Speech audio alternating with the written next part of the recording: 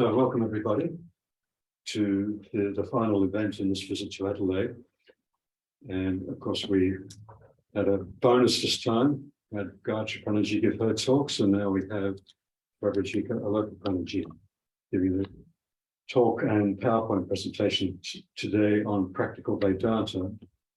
And included in the practical Vedanta will be some examples of Vedanta service in action, because Pravrajika Alokaprana is Assistant Secretary of the Matribhavan Maternity Hospital run by the Sri Sarada Mutt in Calcutta, and very busy place. She's going to share some inspiring and touching anecdotes and insights into the challenges of running that hospital. And so that'll get weaved in and incorporated into what she's prepared in the PowerPoint presentation. And there'll be time after that for questions and answers. And then we'll have a guided meditation, and then you're invited to stay back for afternoon. And got the bowl there. Always appreciate your help in that way. We happily, with COVID starting to lift, we would hope and plan to have more regular visits now by nuns, and even start inviting some nuns again to come from India. So without delay, we'll invite Alokaprana now to start the presentation.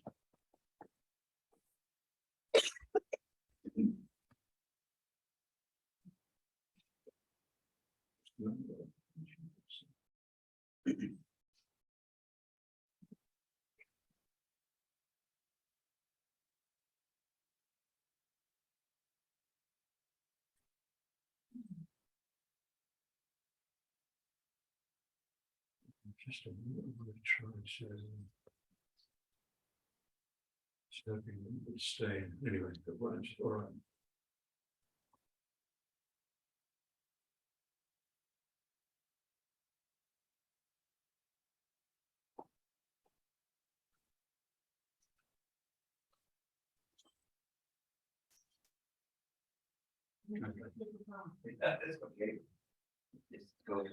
With my respectful pranams to Sri Sri Thakur, Sri Sri Ma, and Swamiji, I start this afternoon session.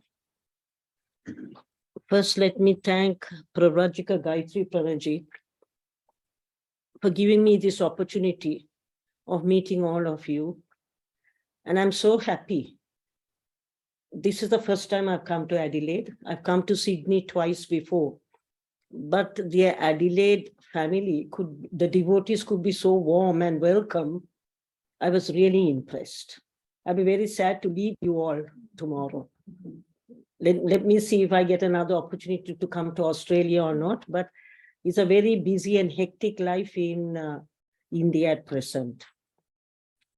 Also, I'd like to thank him, Robert, for helping me to coordinate and organize the PowerPoint presentation.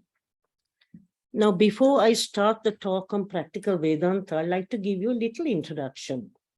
Is that 2 sessions we have been having a very clear ideals from Pravrajika Alokaprana on dehypnotism, Vedanta in practice, and using discernment in daily life. This session is basically on practical Vedanta, and they had specifically requested me to tell about the work that I do in the hospital in Matribhavan. Now, before I start on that topic, what I like to exemplify and also bringing again into focus, what are we actually trying to achieve, is in the sense we are talking about Vedanta, and it is Vedanta in practice, practical Vedanta. Whatever it might be it in the life of a householder or life of a monastic, is we are trying to manifest our inherent divine nature. And basically how to do it is what we're trying to do in any type of work we do, be it a small job or a big job, maybe in thought, word, or deed. Now, I think you have all noticed that the global scenario has changed drastically. Before what was happening is that we did have a little changes before the COVID pandemic. We did have some changes. What were the changes? Science was improving drastically. Health scenario, I'm talking about the health scenario. Robotic surgery has started, plus people had become addicted to the mobile phone. So people were becoming very selfish and also self-orientated. They were not really interested in the surroundings, nor other human beings. Then the COVID pandemic started. Now that was a global calamity. When it started, I can only tell you regarding India, the first COVID wave that occurred is that 60% of the vaccines worldwide are provided by India. So they were from Pune, they were exported all over the world.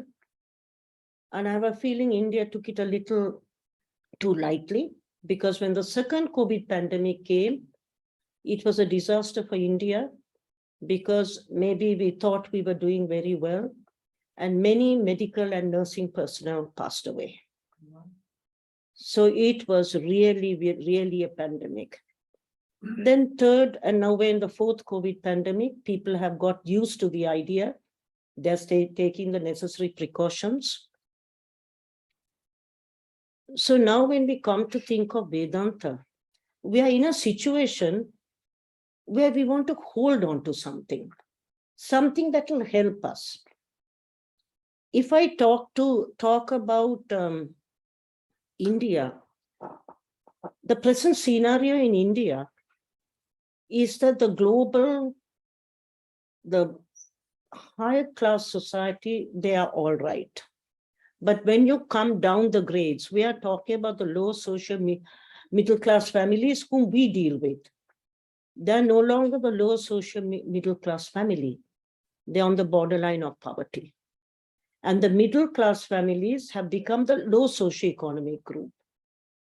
So we're dealing with a different category of people who are financially in a crisis, which has led to job loss, which has further led to depression, suicidal tendencies, and all that.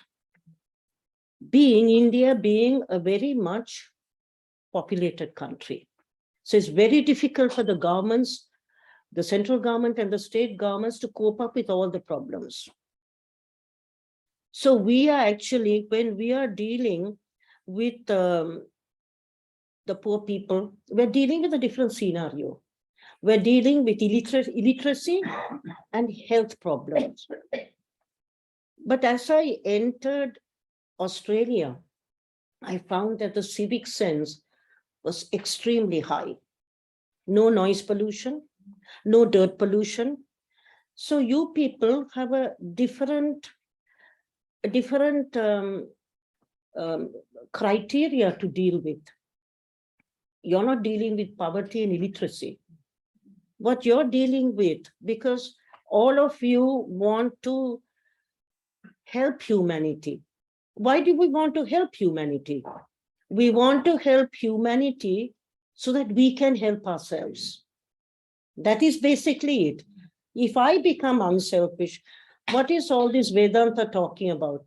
Even Mataji, when she was giving in her 2 previous lectures, she was telling to purify the mind. We are trying to purify our own mind.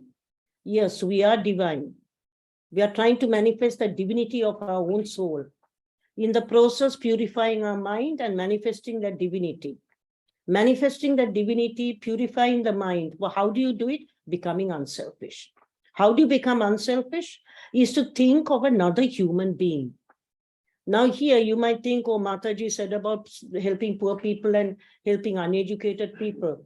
But that scenario does not work in Australia. Here I find, like in UK, geriatrics, we used to help the geriatrics. Many old people are there who need help, who are alone.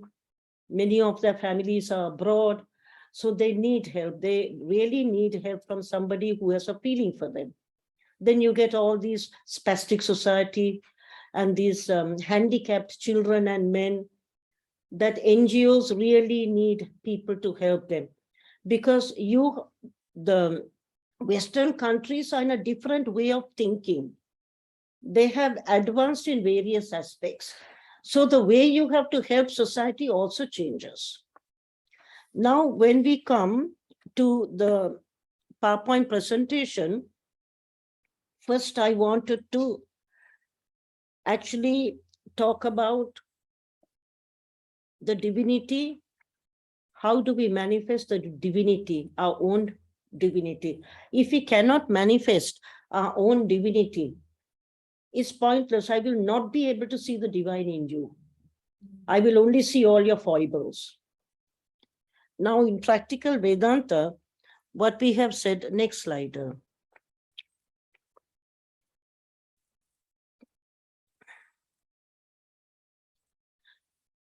Actually, we have an idea that it was Swami Vivekananda is the person who started all these Ramakrishna Math and missions globally. But if you go into the depth of it, is that you will see, just the previous slide, please, is that in Dakshineshwar temple, Sri Ramakrishna one day, to his own disciples and also to the devotees, and they were the close devotees, he was explaining the ideals of Chaitanya's philosophy. Chaitanya was a god saint of Bengal. And what were the main ideals of the Chaitanya philosophy? Is one, is the name, is the happiness in the repetition of the name of God. Number two, devotees, discussions with devotees and all that, joining with people of your own mind. And number three is compassion to human beings. Now, when Sri Ramakrishna mentioned these three, when he mentioned compassion to human beings, he immediately went into samadhi.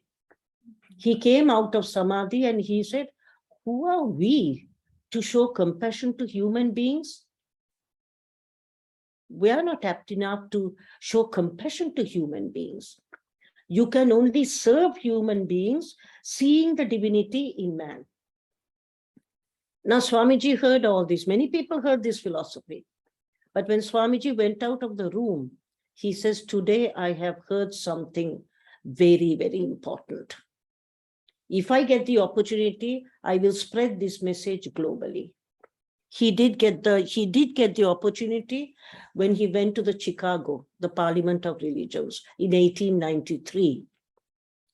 In 1893, when he went to the Chicago Parliament of Religions, he found out that the Western countries were ready for the Vedantic principles, because that organization capacity was very high in the Western countries. So from Chicago plus UK and all that, he started mentioning all the practical aspects of Vedanta. And that was there, all his 4 yogas also were compiled. Today we are talking about Karma Yoga. So now when he went, you can see he is actually in the 1893 in the Chicago parliaments. And what did he call everybody? Brothers and sisters of America, children of immortal bliss. So from the beginning, he could see the divinity in everybody. Now, this is what we have to aspire for. It's no point reading and listening and all that. So much we have heard from Mataji's classes also going on, where how do we manifest our own divinity? That's why we're here for. Service is there, but service is a means to an end.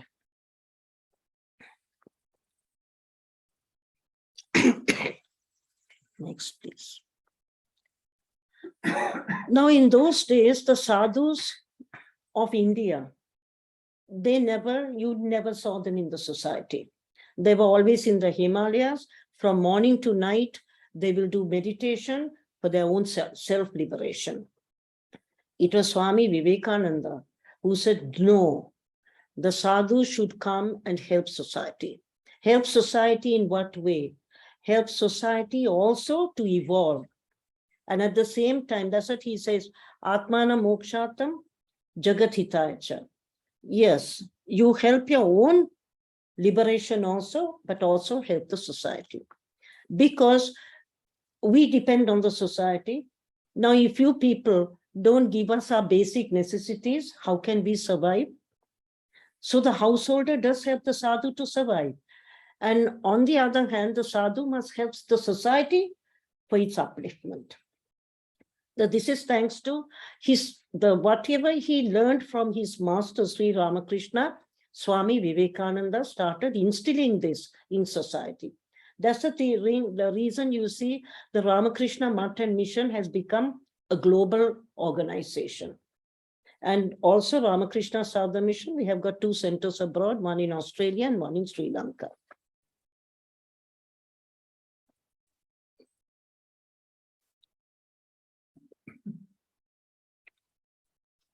Actually, the central idea of Vedanta, what are we trying to see?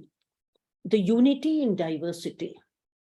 Unless I see the unity in diversity, it is not possible for me to work. How do we see the unity in diversity? If I see the potential divinity in the soul, I must manifest that potential divinity within myself. Then I can see that divinity within you. Otherwise, it's not possible to do proper karma yoga. Now, how do we manifest this potential divinity of the soul? Is first,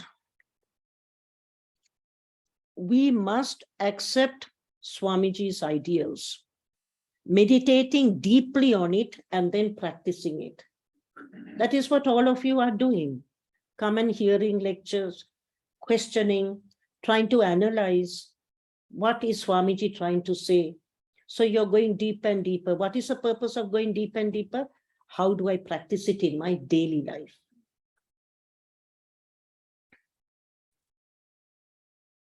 As Mataji was saying in her previous lectures,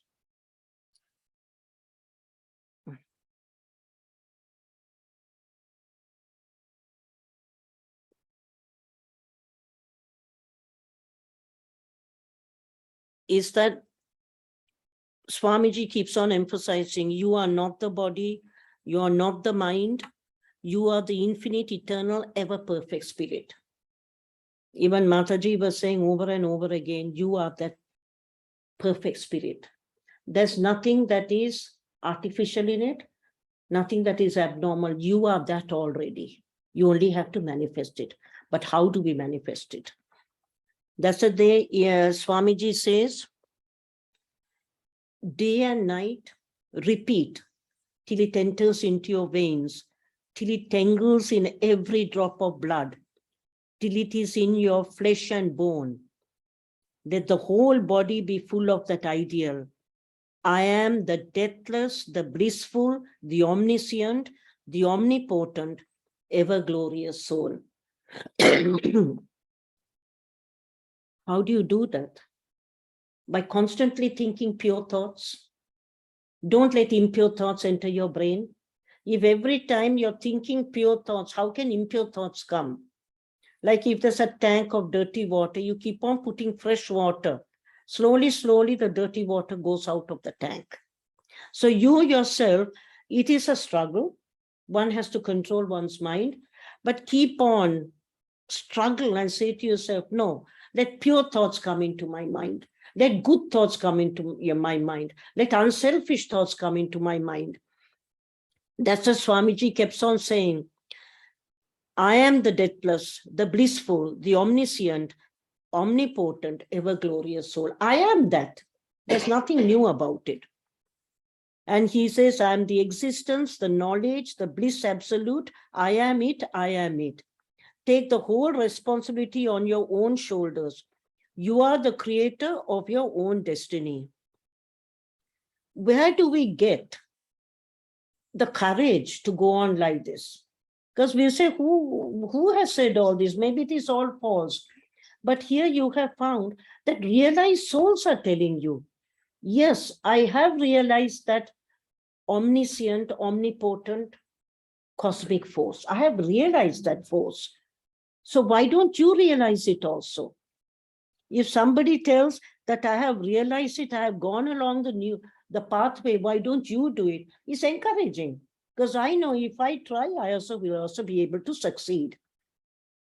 Now, what Swamiji brought into the scenario, because he was actually doing it in India, that's what you will say. Swamiji says, the poor, the illiterate, the ignorant, the afflicted, let these be your God. Know that the service to these is the highest religion. Now, when you look at it, I will tell for you, it's a little different aspect. Because the poor, the illiterate, the ignorant, if you start walking around Sydney and Adelaide looking for the poor and the illiterate, you will not find them. So you have to, they'll be invisible, but if you walk in the streets of Calcutta, my goodness, you just have to get out of the hospital and you see them outside. So here you have to orientate your mind. The purer and purer the mind becomes, you will yourself, your own mind will be your guru. Your own mind will tell you, look, somebody needs help there. Let me go and help that person. That person does not have to be poor. That person can be affluent, but maybe psychologically depressed. Let me go and help that person. And what does Swamiji says? The more you think of the welfare of others, the more unselfish you become. Your heart gets purified by work, and you will realize your own inherent divine nature, which pervades all beings. What do they say? If I go and serve you, I should not say that I am sitting on a pedestal and I should be this thing that I should be very, this thing that you should be grateful that I am serving you. It is the other way around. You should be sitting on the pedestal and I should be grateful to you for giving me the opportunity of serving you. Because by giving me the opportunity of serving you, you have allowed me to purify my mind.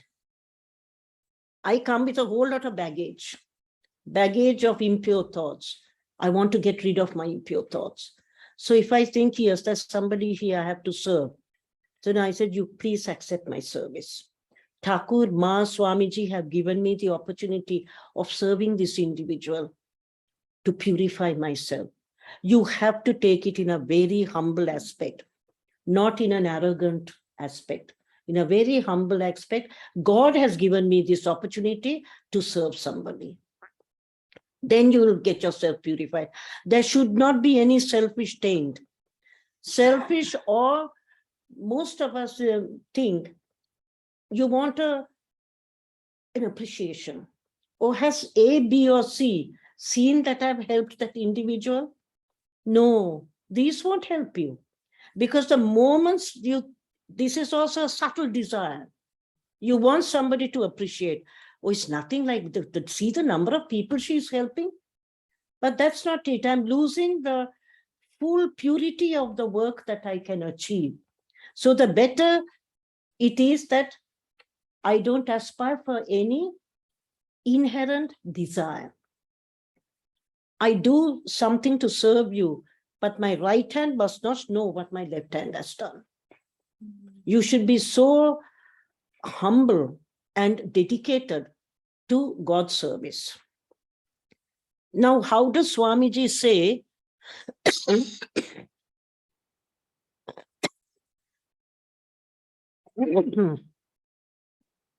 oh, that is the next one.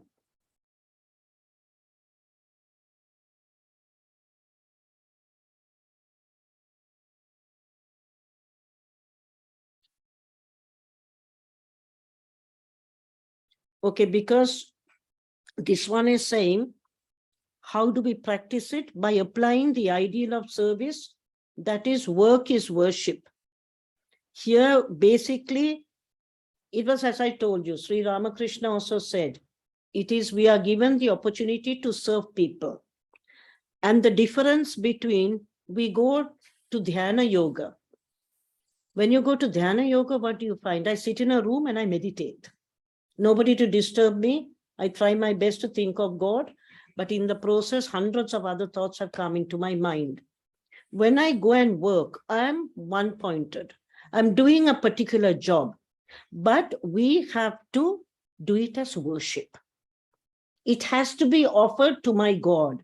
So the more purified, like if you offer anything in your shrine, you don't give a fruit that is already damaged. You get the perfect fruit, and you say nicely, you cut it, offer the best part to God. Same thing. This is done, the work is done with worship. So whatever I've offered, I've helped an individual, but have I done it to the perfection that I can do it, so that I have served somebody to the best of my ability? Then I go and humbly offer it to and surrender to God and said, I offer this as a dedication at your feet. So this is where it comes as work is worship.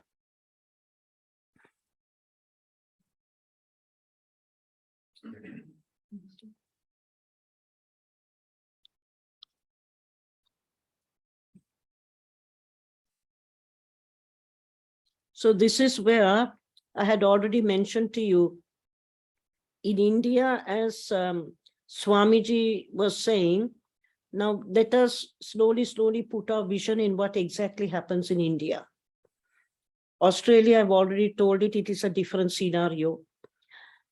In India, the poor, the illiterate, the ignorant, the afflicted, these Swamiji says, make them your God, because this is what is the necessity in India. Because the population is so vast, it's very, very difficult. What we even do is nothing but a drop in the ocean. Then what does Swamiji says? The more you think, next slide, the more you think of the welfare of others, the more unselfish you become. So again, I said, humbly offer your service to God in a very worshipful manner. Now we come to the slide, the next one.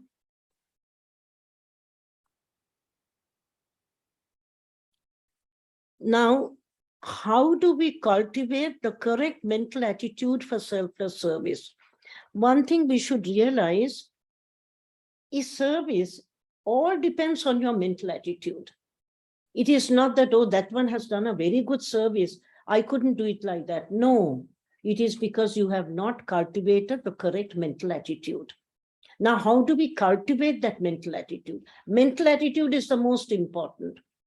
If I'm a householder or if I'm a sadhu, it doesn't matter.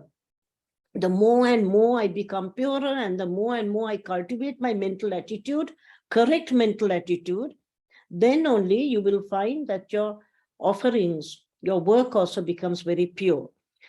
Swamiji says, first feel from the heart, develop sincere, deep love and sympathy for suffering humanity. How do you get this empathy and deep love for suffering humanity? Unless you feel, how do you feel for another human being? Unless you see the divinity within myself, how can I see the divinity within another person? If I see that the same divinity that is within me is also within that individual, I will feel for that person. Because if you are in pain, I am also in pain. Because I have got to that level where I feel for you. But otherwise, it's, oh, let us suffer. So what's the big botheration? Let us suffer. It is not affecting me. It's not affecting me. Why? Because she's a separate entity, I'm a separate entity. It is only when we, unity in diversity, I've manifested the potential divinity in my own self, that I can manifest it, I can see it in others also. Mane, the whole human race becomes one big family. Even here, you see, the way all of us are coming together here. I told Nirmala, it's like the United Nations. Everybody is coming. So happily we are talking. There's no difference. Just like United Nations, I told Nirmala. So in that way, all differences must be eradicated. No difference. We are one big family.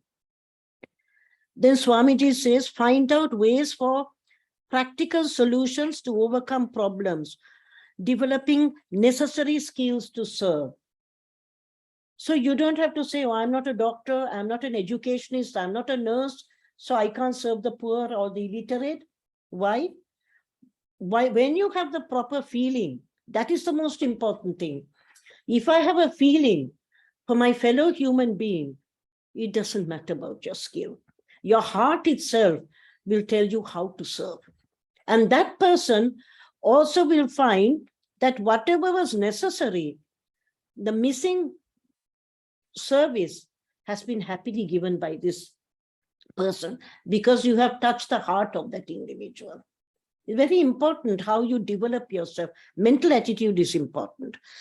And Swamiji says, steadfastness, will, and determination to pursue the path one has chosen against all difficulties and hindrances. Previously also Mataji has said, what has she said? Struggle, struggle, struggle. Nothing is impossible. Everything is within. Struggle to manifest it. This is what Swamiji also says. It's not an easy pathway, but the more you struggle, the more you go forward, you will find that slowly the obstacles are removing, and as your mind is becoming purer, you will find the pathway is becoming smoother. And what Swamiji says, the next slide, that what actually happens when you get a pure mind, all these culminate in the formation of a strong moral character with love and compassion for the whole of humanity. When we say moral character, what do we mean? Like Sri Ramakrishna said, truthfulness is the sadhana for this age. To stick to truthfulness is next to sticking to divinity. So here you come to such a moral character, you cannot do anything wrong. So here, all these culminate because what are you trying? You're trying to purify your mind. So when you're trying to purify your mind, you come to a stage, your mind becomes so pure that you have that love and compassion for the whole of humanity. Our perception becomes purer and our lives are transformed. This is what we want. Mental attitude, correct mental attitude, purity of the mind, our own personality and life is transformed. Unselfish, dedicated life.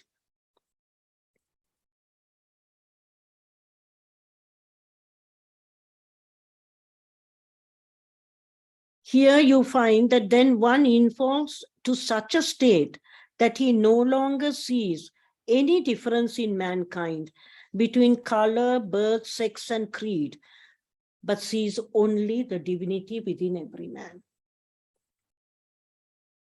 Then Swamiji further says, we also see what lot of problems we face in life. Swamiji says, this life is short. The vanities of the world are transient. We think we have got a very good job. We have got a lot of luxury, but the vanities of this world are very transient. They don't last for long. But they alone live who live for others. The rest are more dead than alive. When he says they alone live who live for others, what does he mean? Because if you do a small deed to help another person, an unselfish deed, you get a type of happiness inside.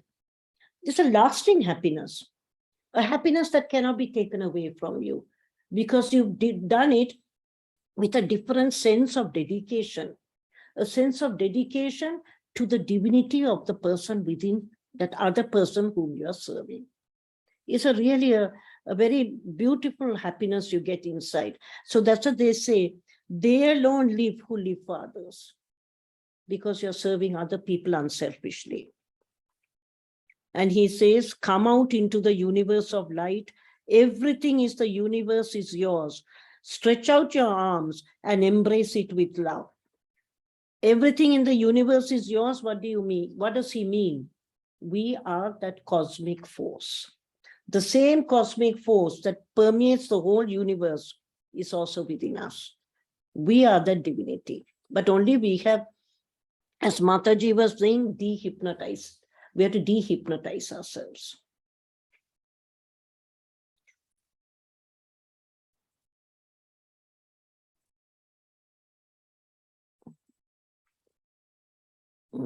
That I have mentioned.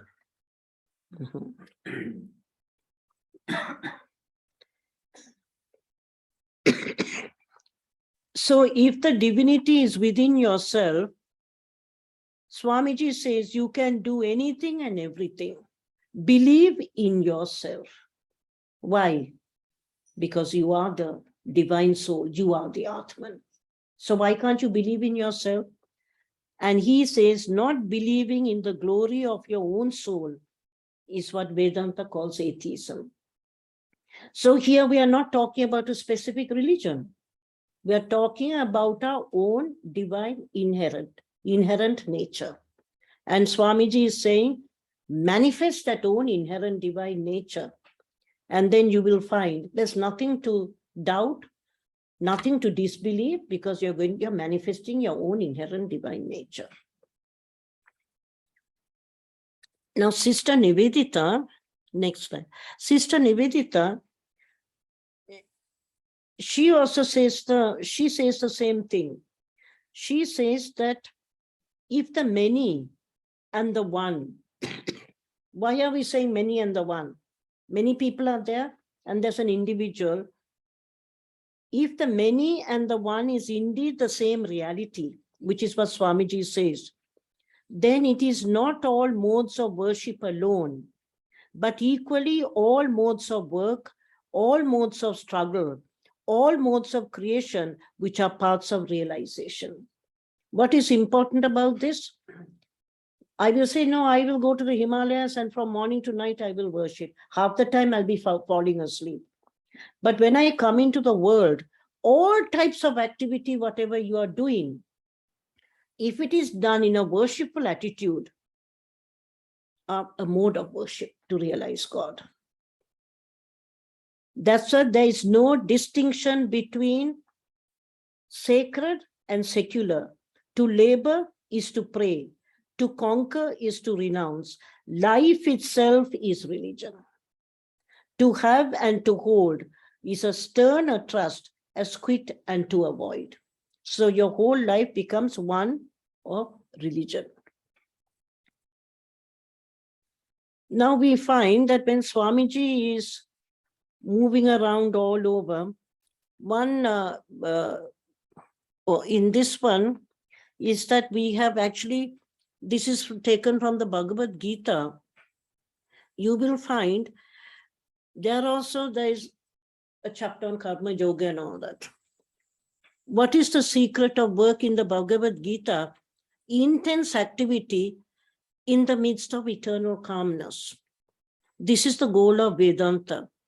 You will find that as your mind becomes purer and purer, what happens? You are doing intense activity. Somebody will think, my goodness, somebody is working the whole day. But that person is very calm, very, very calm. Why? There is an internal communion. The purer you get, your mind becomes pure, there's a communion with your own Atman. So here, you're internally at peace. Somebody comes and shouts around the place, discordant. And you know, in India, everybody loves to shout.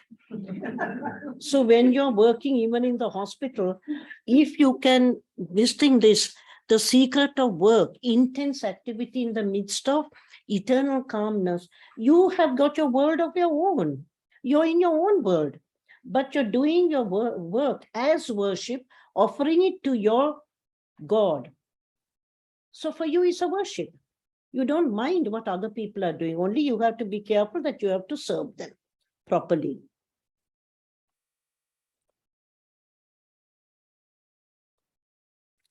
Now, when we talk about, Swamiji, actually, there are many, many incidents in Swamiji's life where, for instance, here, he was going in America those days, he was going from hotel to hotel in America. And those days, of course, there was a color bar. So then he was humiliated and refused entry into many hotels.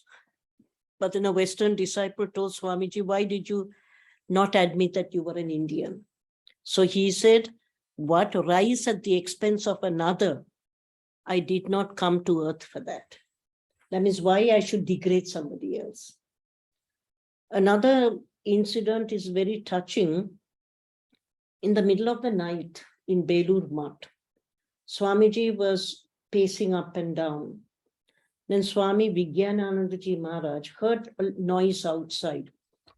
So in the middle of the night, he comes outside. The Belur Math quarters where these monks were staying overlooks a Ganga, very beautiful. So then Swami Vijnanandaji Maharaj told Swamiji, what's the problem? Why are you pacing up and down? You're not feeling well or what? He says, no, passion. He calls him passion. Somewhere in the world, a huge calamity has occurred. Many people have died. And then he just could not rest. He could not rest. He kept on pacing up and down. In the next morning, it came in the newspaper. At that particular time, there was a massive earthquake. Many people had lost their lives. What can we learn from this incident? Swamiji has got himself connected with the cosmic force. So anybody suffering in any part of the world, this was a huge calamity. It's just like a seismic measuring earthquake intensity had also touched his heart. That's what I'm saying. The purer and purer you become, you will start feeling for others. You can take it as, am I improving? How do you know you're improving? Yes, I'm feeling for others. The moment you start feeling for others, you will understand you're improving spiritually. If I'm not improving spiritually, I'm becoming more and more selfish. That means something is wrong somewhere. So here also, Swamiji, you will find many, many incidents are in Swamiji's life where he feels so much for another person that you can see it is not something he's showing off.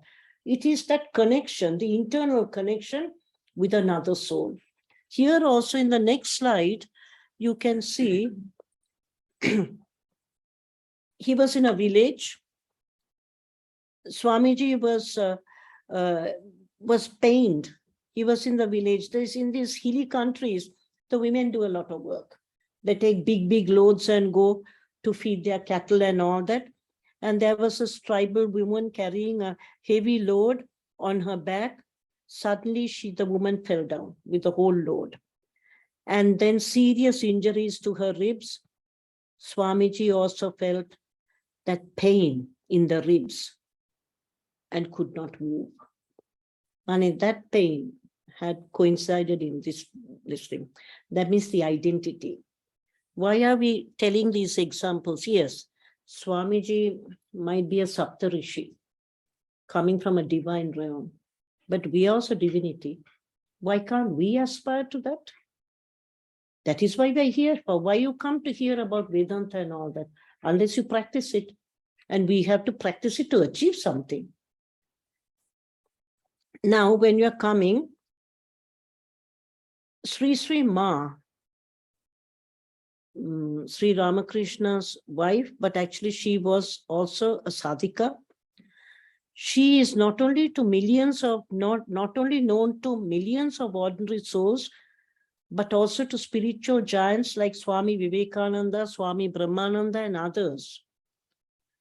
Now, Holy Mother she took over the ministration for 32 years after Ramakrishna Paramahamsa left this earthly abode.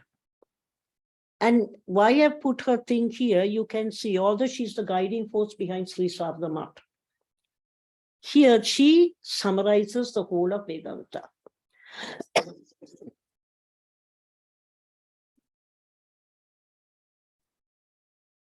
The last days of her life, a devotee comes because she was terminally ill, and the devotee said, "What can we do when you are no more here?" So then she says, "Why are you worried?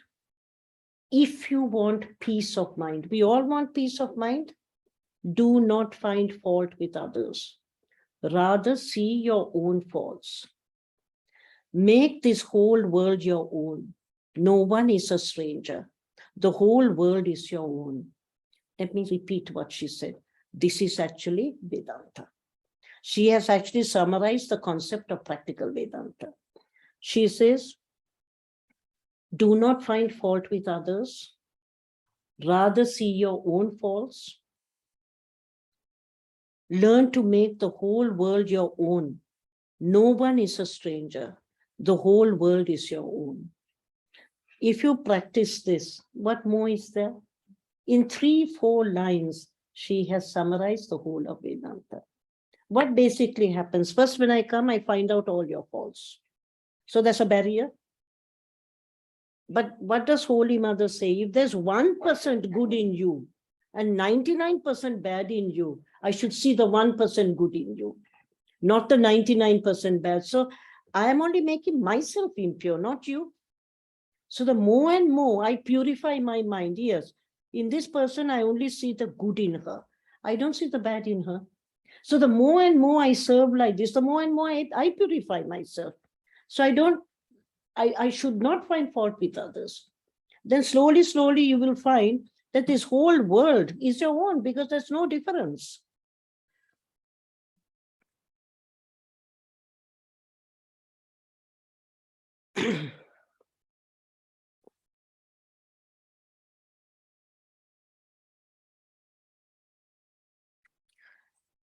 Now, let me tell you a little about Sarada Math. I know I have got another 20 minutes, I think, Mataji. More than that. Huh? Little more than that. I keep on looking at the Mataji because she's very particular about her timings. So then, regarding Sarada Math and Ramakrishna Sarada Mission came into existence because, just a little summary, because you have read it in books and all that, so I can go on to the hospital and its activities, is that the birth centenary celebration of Holy Mother, it was at that time that Sarada Math came into existence. And there were a group of dedicated women workers all over India. They became the first group of sannyasinis. And then among them was Bharati Pranaji. And you must have read a lot about Bharati Pranaji. She was actually, what would you say, molded by Holy Mother and Swami Saradananda. And Holy Mother had told her that you are actually there to this one, to do the work for me. And she stayed on, and she was the nucleus of the Sarada Math. And then you just Sarada Math this thing, and then a lot of Math and missions have come up. And you can see here, we are the counterpart of Belur Math, but one thing I'm telling you, unlike the Christian organizations, we are completely independent, legally and financially. And even all our orders comes from headquarters of the Sarada Math and Ramakrishna Sarada Mission. Belur Math has got nothing to do with the running of our organization.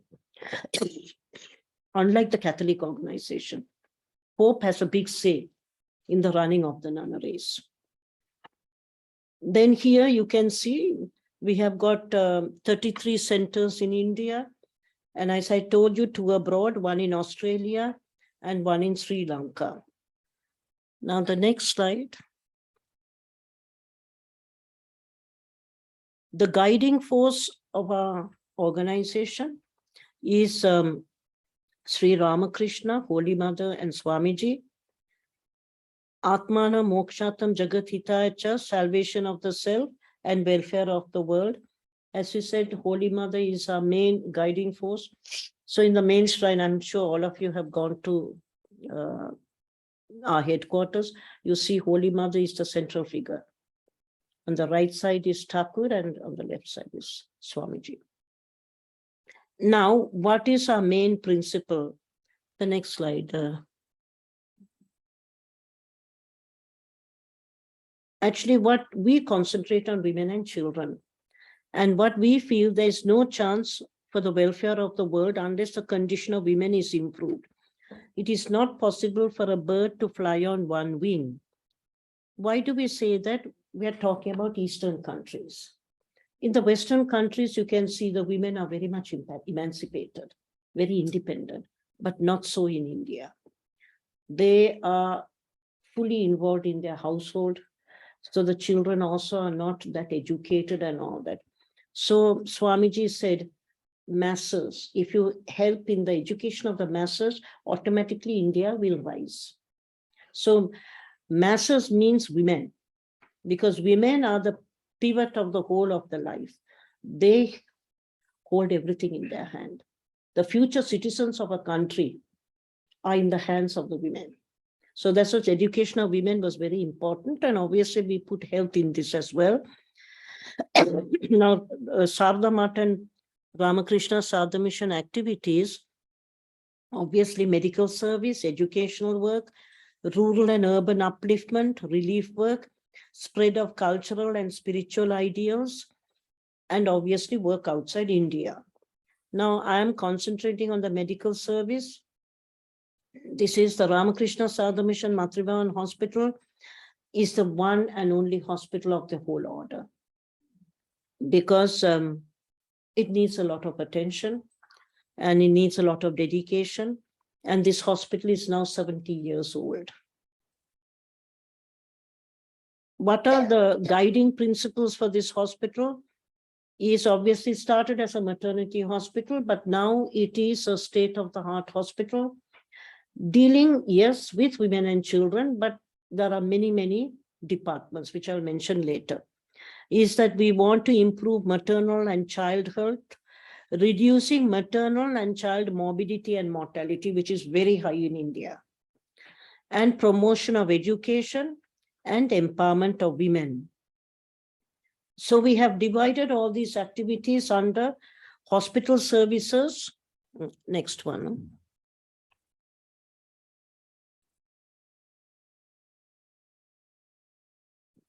These are the four main guiding principles. One is health, the other one is education, and third is empowerment of women. Next slide.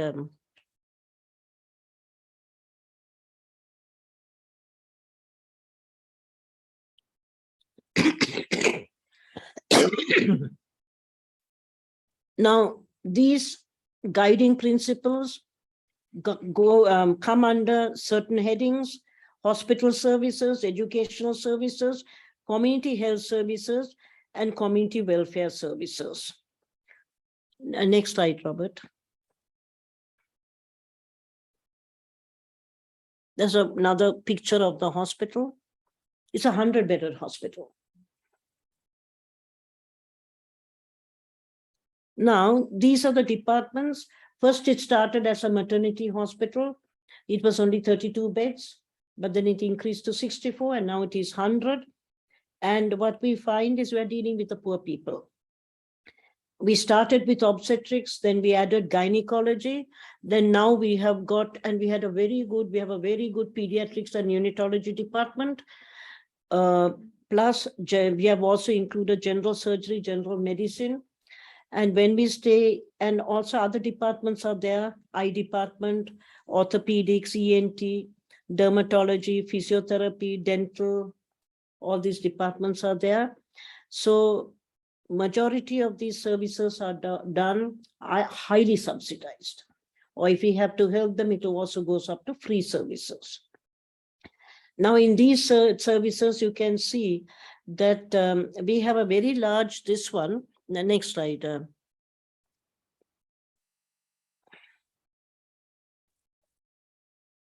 Actually, when you see the inpatient department that we have got here, you will see that, just one moment.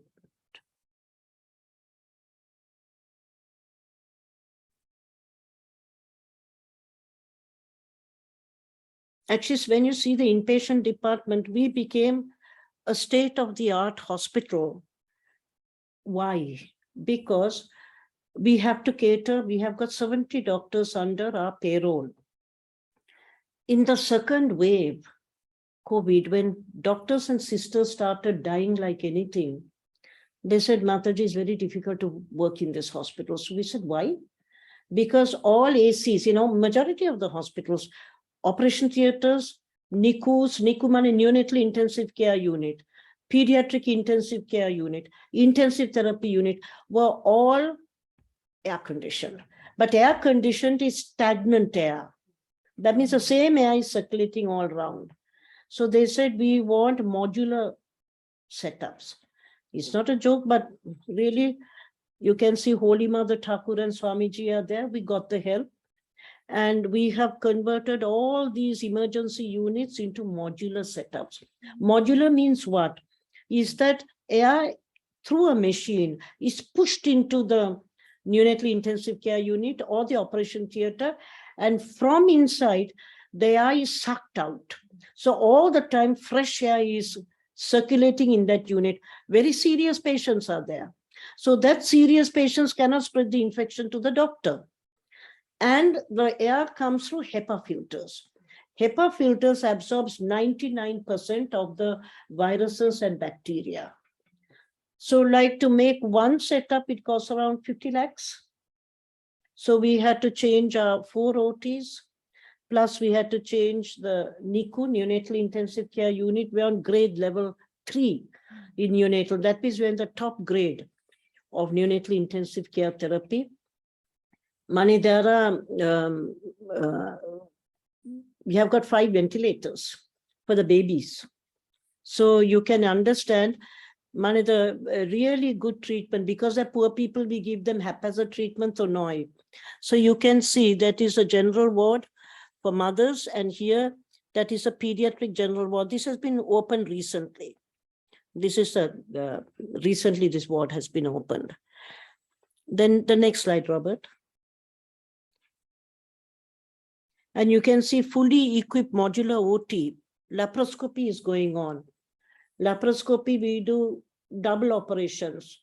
The surgeons will come and do a lap gallbladder operation, remove the gallbladder.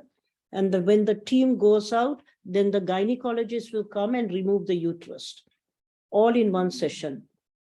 So when we do like these lap operations, when we do, the poor people, they might be illiterate, but they're not that illiterate. So one poor person will come up, they're not going to pay for the bill. They cannot afford it. So they said, Mataji, are you going to cut our abdomen? So I said, yes, if we don't cut your abdomen, how are we going to help you? Because you have got a gallbladder problem. The gallbladder is full of stones. They said, no, you do they don't know laparoscopy. They've got no idea. There's an operation which has got 3 holes. You do that operation for me. So I said, what do you understand by an operation with 3 holes? So I said, why you want the operation with 3 holes?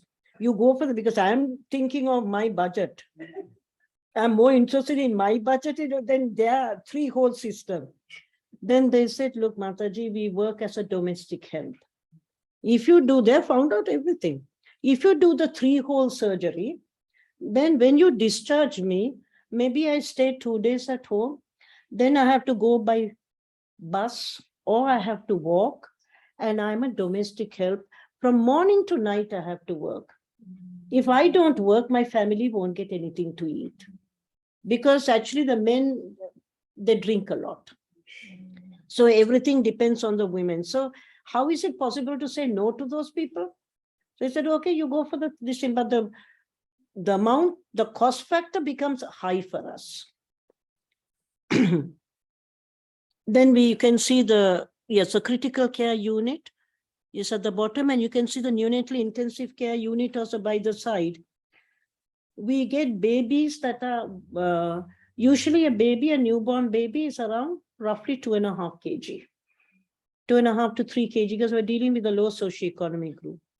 But we get babies who are also 1 kg, less than 1 kg. And they are premature, 29 weeks, 30 weeks.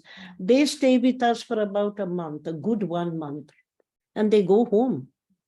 They go home because we're level 3 is that we have got a whole type of highly sophisticated equipment, plus we have got a very good set of doctors. We pay them, you have to pay them, otherwise they're not going to come and do free service.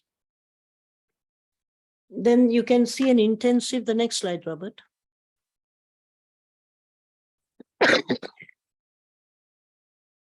That is the intensive therapy unit. We are just opened it. When I go back, we will start taking patients in this intensive therapy unit and build up our medical unit. Because after COVID, so many problems of patients. We were a semi-COVID hospital. The health department rang us up and said, what are you going to do? Close down your hospital? Or what will you do? And I can't say I'm going to close down the hospital, then they will come and sit on my neck. So I told them, no, we are a semi-COVID hospital, because the doctors told me, Mataji, don't open the intensive therapy unit just now. Otherwise, the government will force you to become a full COVID hospital. Full COVID hospital is very difficult to manage. That was at the brunt of infection, though. So we were a semi-COVID hospital. Many patients we had to treat. Then we went into a 6-month lockdown period. We had to keep all our doctors and sisters in the compound. That means we had to give them food 4 times in a day, plus keep them, this one, because ambulances can't go up and down, bringing all the doctors and staff. And you have to have round-the-clock treatment, and you can't close down the hospital either. During that period, we went into a severe financial crisis because all our deposits were being broken down. But by God's grace, other hospitals started closing down. They could not manage because no help from the government. But really, by God's grace, we survived. You can see the pediatric high dependency unit, which they call PICU. That is also very difficult. You have to get, actually, we are very particular in the way we choose the equipment. Because we're dealing with poor people, we choose any equipment to know. Either it is Siemens equipment, the best equipment we have, yes, because we're dealing with poor people. When we're dealing with poor people, we're dealing with the divinity, though. We are serving the divine in man. So it doesn't mean you get the worst and come. During COVID, I suddenly got a phone call from the State Department. Will you like that? We have got 100 ventilators. Would you like some ventilators? Then I found out from somebody told me, don't take these ventilators. They're Chinese made. And after about 4 or 5 months, the whole thing will collapse and you will have a huge problem with them. Fortunately, somebody guided me. And I didn't want unnecessary equipment staying in the hospital. Then another, the government, they wanted to get rid because other people are putting pressure on them. Then they said oxygen was very, very necessary. So they said, do you want an oxygen plant? So I said, what will the oxygen plant do? You put it at the back garden. I said, back garden, what will it do? It will produce 40 B-type cylinders every day. So I said, what will we do with 40 B-type cylinders? Who is going to eat the oxygen? You have to have the patient to give the oxygen, though. I'm not going to release it into the air. So I said, instead of giving that to me, I approached a donor. I said, I have only got 10 outlets for oxygen. Can you give me a manifold for another 10 oxygen cylinders? Then I have 20 oxygen cylinders I can put into my central oxygen scheme. So that will be better. And I get 30 cylinders from time to time. So you don't waste, you can't waste things, because whatever it is, we have been taught that all of these things belong to Thakur and Swamiji. Wastage is wastage. Second thing, you're answerable to your donors. Everything you have to tell how I have actually spent your money, and whole project, this thing has to be given. So in this way, we are very fortunate in the way were able to tide over this crisis. Then, Robert, the next slide. Here, practically all equipments are made, all the tests are done in our diagnostic department. We have got very good equipment. And I'm to tell you, that's what I said, you depend on Thakur and Swamiji. I'd be very surprised. Somebody told me, do you want some equipment? Just before I came to Australia. So I said, yes. Then they said, you approach the Japanese embassy. I said, Japanese embassy gives equipment. They said, yes, they help. So I put my appeal across. And I didn't know at that time that there were many people appealing to Japan. It comes from the Japanese government, mind you. The Japanese people give those equipments, the money for the equipment. Then we were the people who got through. I was surprised. I thought they'll give 5 or 6 people. They only give one NGO, and we got it, 55 lakhs. They allowed us to choose the equipment. So by God's grace, the project is coming to the final stage. We got an automatic biochemistry analyzer, an automatic hematology analyzer, and an automatic biochemistry, hematology, and immunology. All the latest blood investigations you can do. And that is thanks to the Japanese embassy. So the opening will be there. Once I go back, it is this thing. So the laboratory covers a whole lot of this one.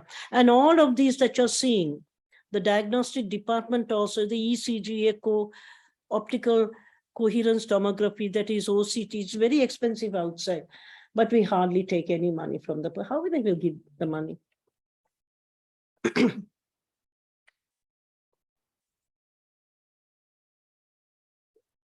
The next slide, Robert.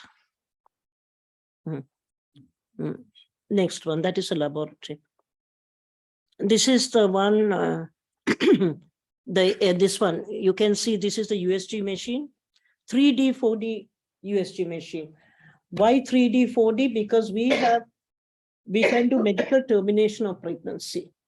If at the 20 weeks, there is some congenital anomaly, we can do medical termination of pregnancy. So this 3D, 4D, you see the baby as a human being, not just lines.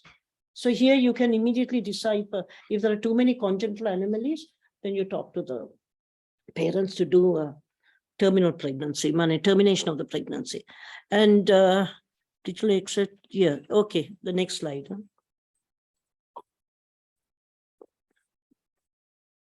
Now, these are the patients, some of the patients that we have helped.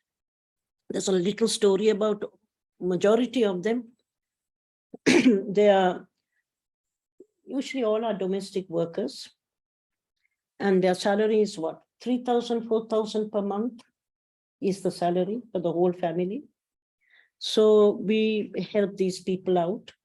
And you'll be surprised, one NGO came to us around before the COVID period with 40 case notes, sheets, medical sheets, all from Sundarban. You must have heard about Sundarban, a very primitive setup where the Bengal tiger is there. And there is only rivers to get there. There are no roads. And after 6 o'clock, there's no light. But nowadays, lights are come, electricity has come. So suddenly these 40 people were coming. What was their problem? Uterine prolapse. So they couldn't sit on the floor. And they have to sit on the floor, so they don't have furniture. So they said, can we do the operation? That means it has to be free. So we paid 50%, the other NGO paid 50%. And you'll be surprised, for them it is coming to Calcutta is like coming to a foreign country. The rice in Calcutta, they don't eat. Big problem. So we had to feed them, mix all the potato and all that and put it into their mouth. So they looked at the rice and said, oh, this rice, as if they're coming abroad. But it's the same state. Then we kept on feeding this because they're anemic. So we kept on feeding them. This is where it is service to humanity. Otherwise, you can do it. Just a sideline. I hope I'm okay, Mataji.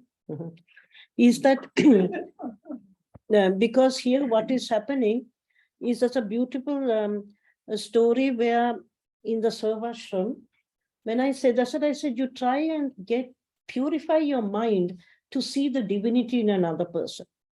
The secretary of the Home of Service, he was doing a round, Ramakrishna Mission, Mataji, Benares.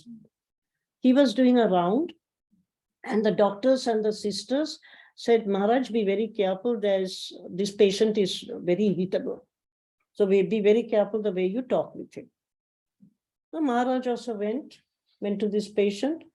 And then the first thing the patient did, when Maharaj asked him, how are you? He slapped him. Slapped Maharaj. So then everybody said the first thing Maharaj will do is tell the patient to get out.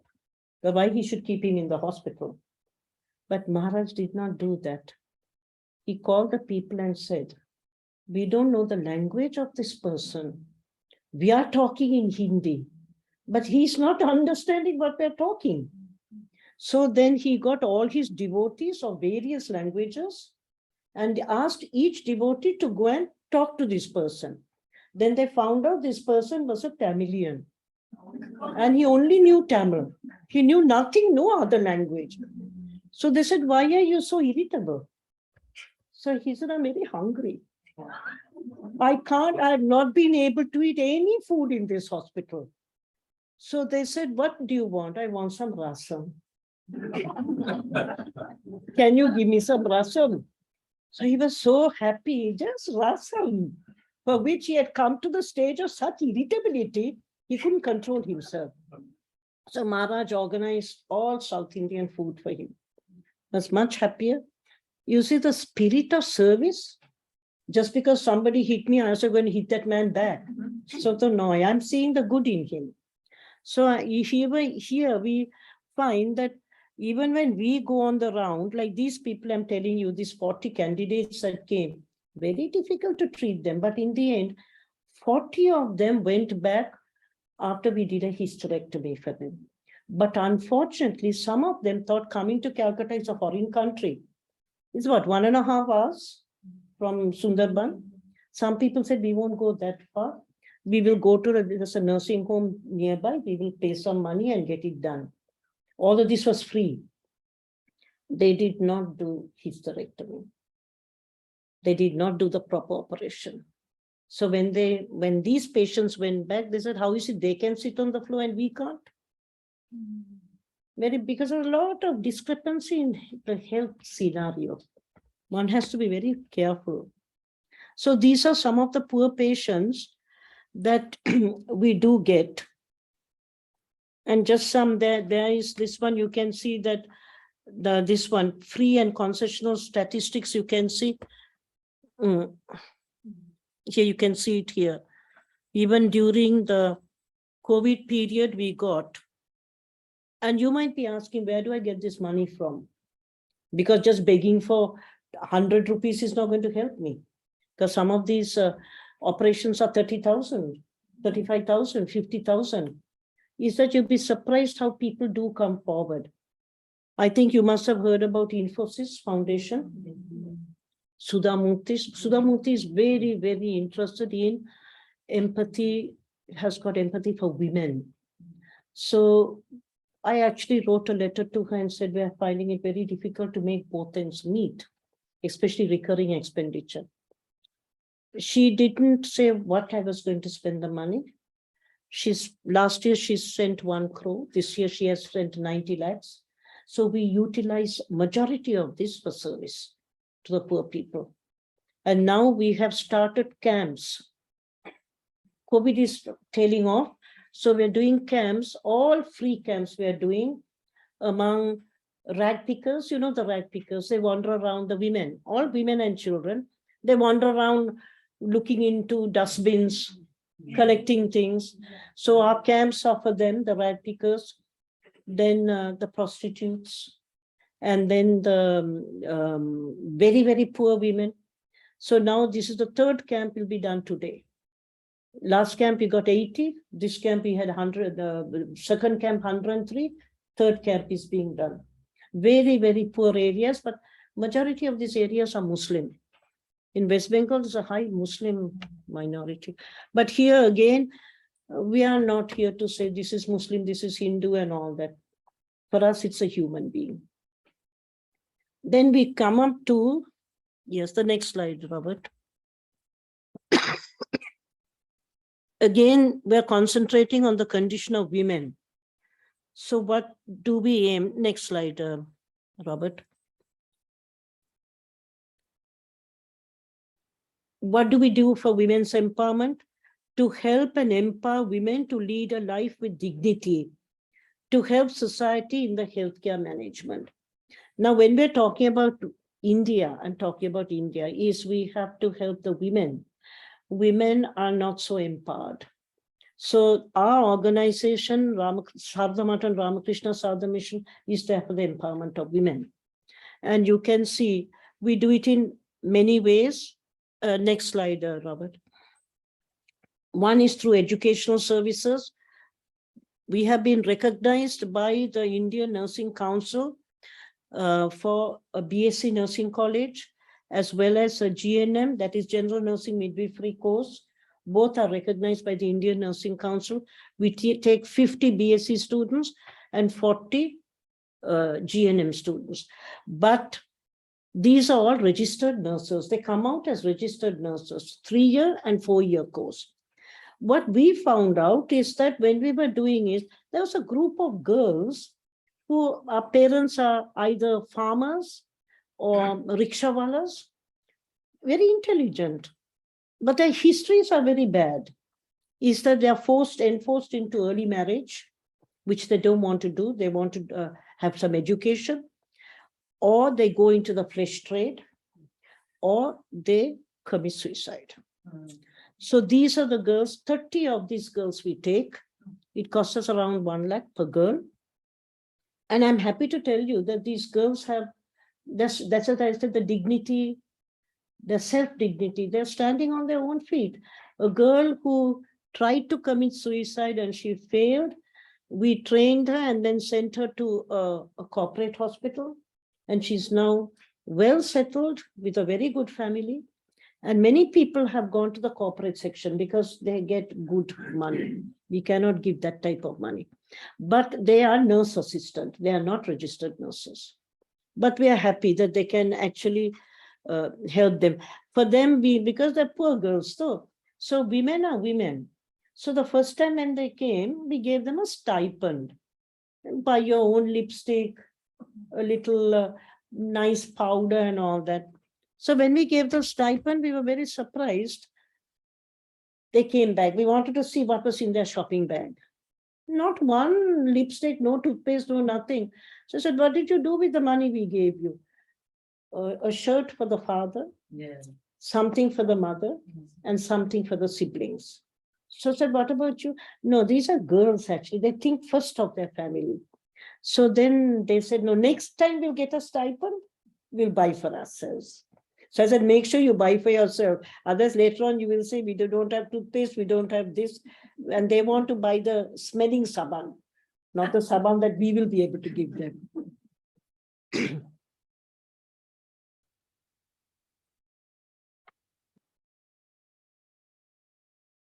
You can here see some pictures. Next slide. Huh? These are the pictures of the, these are the BSc, the BSc nursing and the GNM training.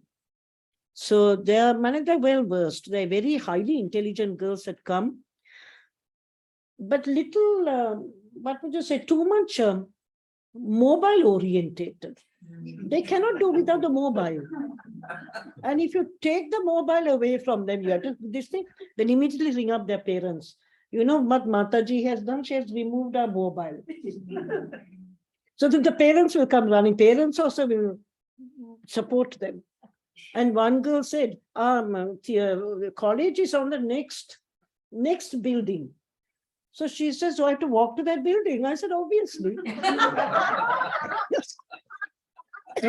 She says, no, I never walk anywhere. My father takes me from one place to another by car. I said, I'm sorry, we cannot give you a vehicle to go from one building to the other. Mane small families, though, so they have been spoiled. On the other extreme, you get the Sahika Shevikas, they've got nothing. So they struggle.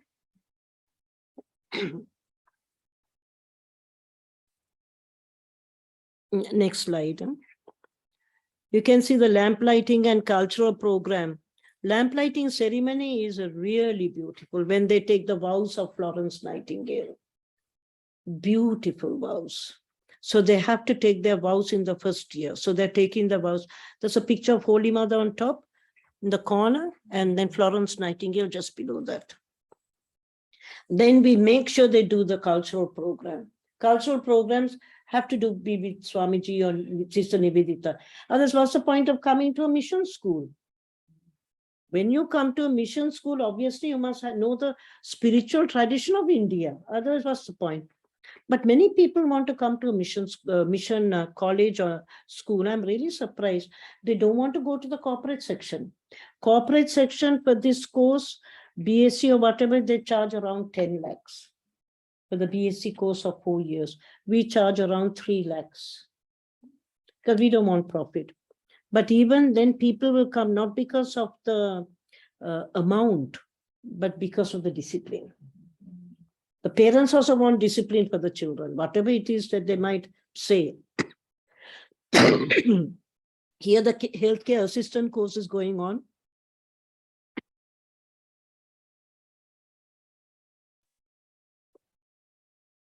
These girls, 2-year course.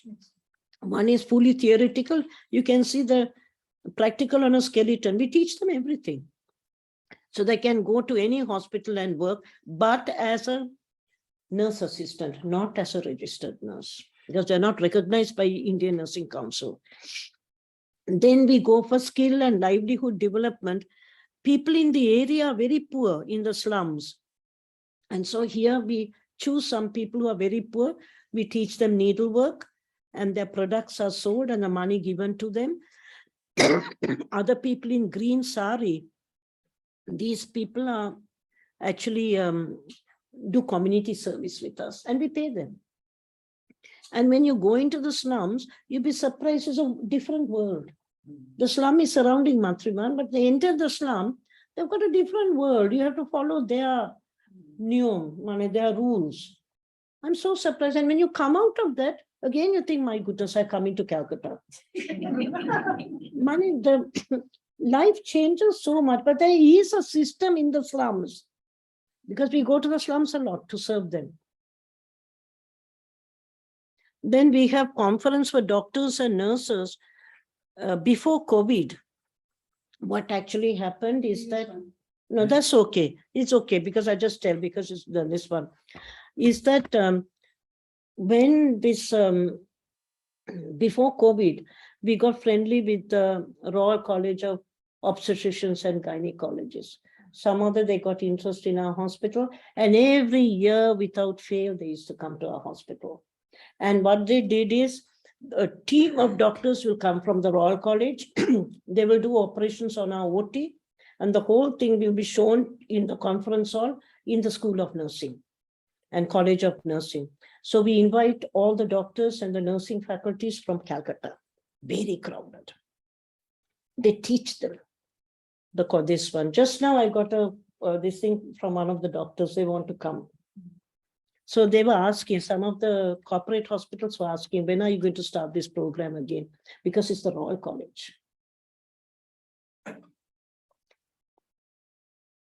Then these are the girls, actually, they've got very sad stories. These are the Sahika Shevikas. Mother is separated. Mother is a servant in a house. The girl has got nothing.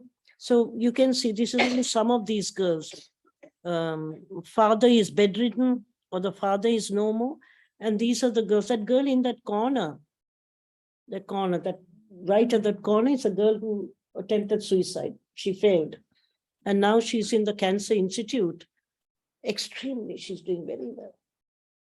So you don't know who you help and how the help goes to that particular person. But you feel very encouraged. That's what I said. Unselfish act, it gives you a lot of happiness. Now what we did was the community, yes, the next slide. Now when you come, the community health services, this is actually what we did for the Swami Vivekananda 150 year celebration that was occurring. The central government gave money to organizations that had with Swami Vivekananda. And obviously we are one of the organizations, but they said, no, you will not go to the Netaji, stadium and start talking about Swamiji, we are not interested. You will go to villages, we will give you the money and we will help you. So I said, yes, you give us the money and we'll go to the villages. Point is, we have got no money. If you give the money, we will go. This is the central government.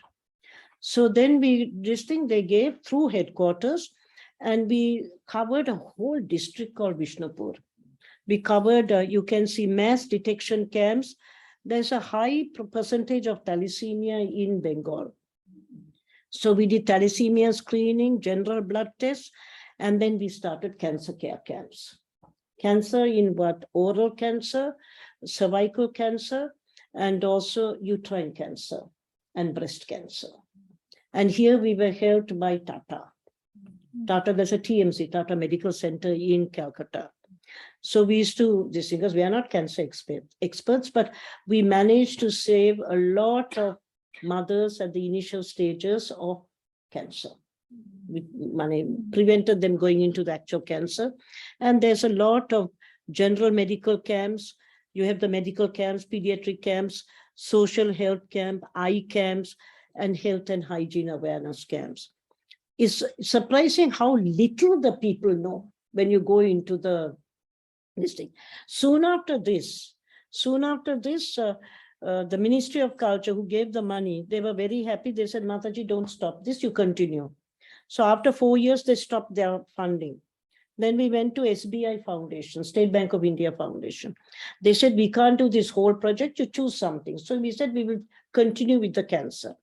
Then the person who was the CSR head, cultural money, this one for the social responsibility, he came, he wanted to see what we were doing. They're very particular. Once they give money, they want to see how you're spending it. So then when they came, I said, first you get into our vehicle. So the vehicle went from Matribhavan to the district. Then I said, now you get down. So he said, get down. So I said, yes, this rickshaw will take you. So we both got into a rickshaw and we went. After that, I said, now you get down. So I said, now what will happen? You'll have to walk, I said. So he says, walk. So I said, yes, you walk, it's not long. And walking is, there's a pond here and there's a pond here and there's a little ridge. So to go on the ridge. Then at the end of it, he said, he told, because he's from a air-conditioned room in Mumbai. So then he comes and he goes here, and then after that he looks and he says, Mataji, why are they having all these plastic things? They don't have brick walls. I said, you can ask them why they don't have brick walls, why they have got plastic, because they can't afford it. Then he says, why don't they go to the main road and do their buildings? I said, you better ask them again, because I don't know why they're not in the main road. And when it floods, my goodness, the whole area is flooded, but they accept it. So I don't know in those little ponds, fish are there or not, I really don't know. So then we went, and these people, they're so grateful. You'll be surprised that when you went there, then he told, Mataji, that's the reason we help Ramakrishna Mission and Ramakrishna Sarada Mission, because we know that every help will go to the extreme level. It is, you have to struggle. Others, you say, I also won't go, I will go and sit and this thing. But whatever it is, with the way Swamiji has told us, see the divinity in them and serve them, you do get happiness. Because you know you're helping somebody who really wants it. And you can see in the next slide, Robert, you can see these slums. you can see the urban slums. This woman on the top picture, she's quite happy. She's on the road. And all these are the pots and pans. She has got no cover. But she has put all her pots and pans on the pavement. That's what I said, it's very unlike Australia. You just go onto the pavement and you see everything. So then, on the other side, you can see down, just this picture. This is a double story. You will say that it is 2 floors. 2 floors, but it is this thing, money. It is on the road. Then when you go to the rural areas, you can see it is all plastic and all that, the way they make their houses. So when we were doing an urban slum project, what I am very worried about is my what report I have to give to the donors. Suddenly, if a donor arrives in Matribhavan and says, I want to see, I gave money, I want to see how you're spending our money. Or I have to give visual pictures of what I'm doing, be it from Canada or UK or whatever, they want full visual pictures. So I went to one of the slums and I told the supervisor, why is that lady seated there? He says, why, what's wrong, Mataji? I said, she's wearing a good sari. So I said, why she's come there? You know, we are buying all these medicines, very expensive. We buy the brand medicine because we are not giving throwaway medicines to these poor people, all brand medicines. So I said, why you give like that? She's got a beautiful sari. So he said, Mataji, she's poor. I said, I'm sorry, I don't believe you. I've got to answer to somebody else though. So then after that, she says, you know, she lives in a building, in a room. There are 20 people in that room. So he says, you want to see it? I said, yes, I want to see it. So I went there. The room is what? This small? This, just cordon this off. This is the room. I went and it was so dark because I just come from the sunlight. There's no light inside that room. Then I suddenly saw all white spots. I couldn't decipher what these white spots were. Then later on, I found out it's a cornea of the eye. Then I saw around 8 people were there. Once I got acclimatized, so I saw one bed, and under the bed is a whole lot of utensils. So I said, who sleeps on the bed? They said, the elderly women sleep on the bed. I said, where do the young women sleep? Oh, on the floor. And what about the men? They sleep outside. So if it rains, what happens? No, they find other accommodation. Then I said, there are only 8 here. You said 20 people are here. So I said, Mataji, just look up. So I just looked up. There's a hole in the roof. They said there are another 10 living upstairs. So I said, another 10 living upstairs. So how do you get there? He said, you want to go? There's a rickety staircase side. I said, no, I don't want to go because as it is, if I fall down, I'll have to be admitted into a hospital. So I said, no, I can send. I could see a lot of faces looking at me. And I said, why is this lady here? She's got a good sari, so she should not be here. So he says, Mataji, that's the only sari she's got. All her other saris all knotted up. So it is the dignity of poverty. She does not want to show that she's poor. So here in this sense, what we did is immediately we gave her 5 saris, so she won't go through this trauma. But the really poor people don't show that they're poor. On the other hand, you have the so-called poor. They will also come and get the facilities from us. They will come, show that they're very poor, and they will go off in a Tata Sumo. You can't prevent it because they will get their necessary certificates to come. There was another lady, she was going on looking at her prescription. We have an eye clinic. And she was saying, I said, what's wrong with you? She says, it's okay. I've shown the doctor, but I'm now going. So I said, you buy, there's one eye drop, and then there is glasses. Glasses is 100 rupees. So she says, Mataji, I want this thing. I said, what is your problem? Headache.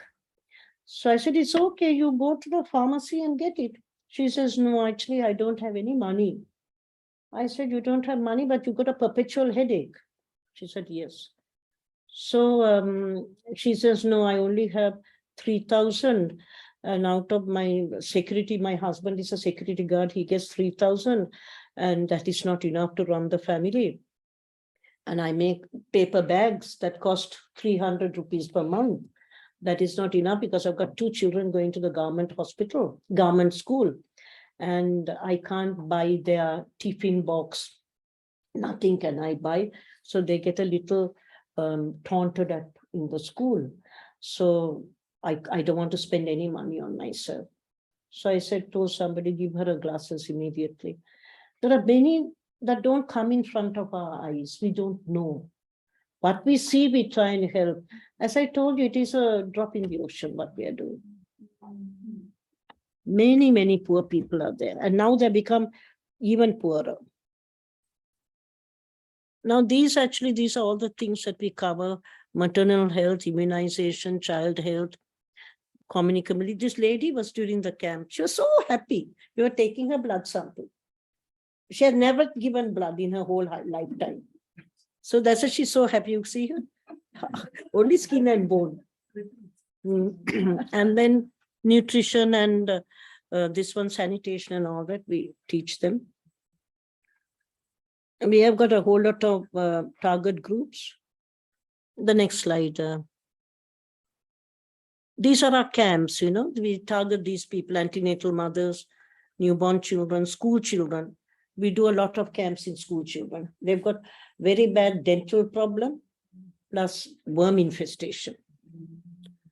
And then we do that. You can do adolescents. We teach them a whole lot of health awareness. They don't know much. So then we teach them all these things.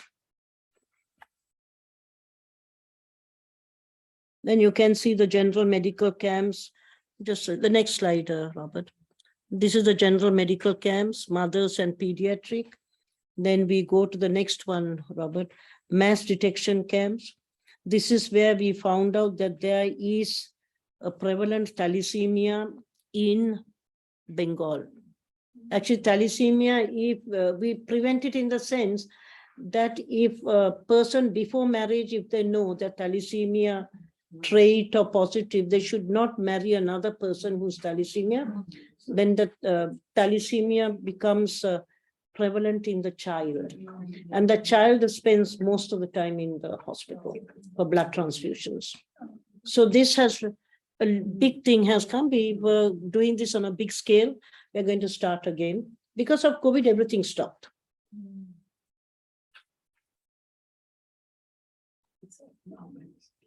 This counseling for women is extremely important. They don't know much. When you talk to them, then they start, because the women, you will notice the women in the village, they don't want to say anything. Even if I've got some bleeding issue or some internal problem, they will never tell you, because they're afraid that their whole family structure will break down, because everything rotates on them. Then slowly, when they got confidence in us, then they started saying, we are having such and such a problem. Then we started helping them out. So the counseling is a very important aspect. And as I was saying, cancer also we were doing, breast examination and all that. This breast cancer and also cervical cancer, many patients, we got help from the government.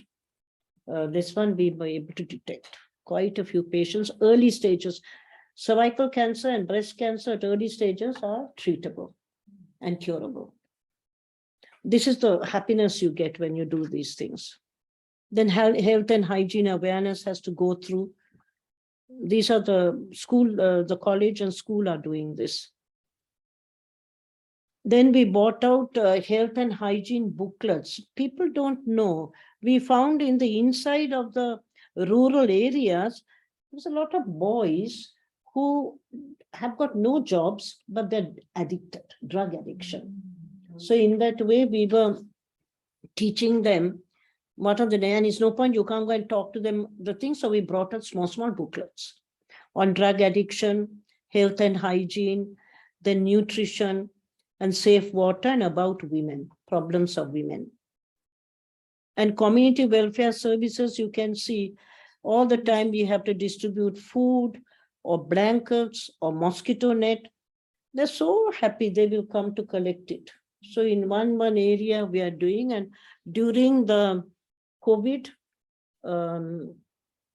severe poverty, Then Cognizant. Cognizant, you know, the IT company. They contacted us. They are number 2 in India. They contacted us and they said, we know huge lorries of food came. And they said, no, we want to go through the Ramakrishna Sadha mission because we know it will be distributed properly. That's why I contacted the ward councillor. I said, you contact the very poor people, and a whole lot of people we gave packets of food, not cooked food, uncooked food.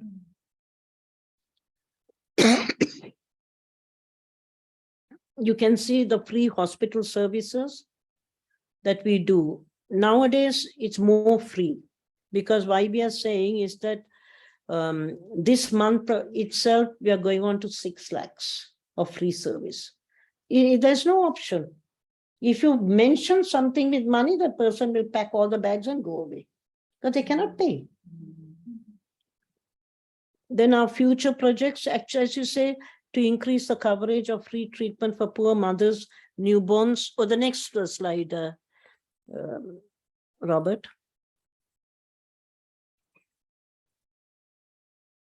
Our future projects to increase the coverage of free treatment to poor mothers, newborns, and children, to extend our community activities among urban slums and rural areas to meet the social requirement, to enhance our community services for detection of cancer and other common life-threatening diseases.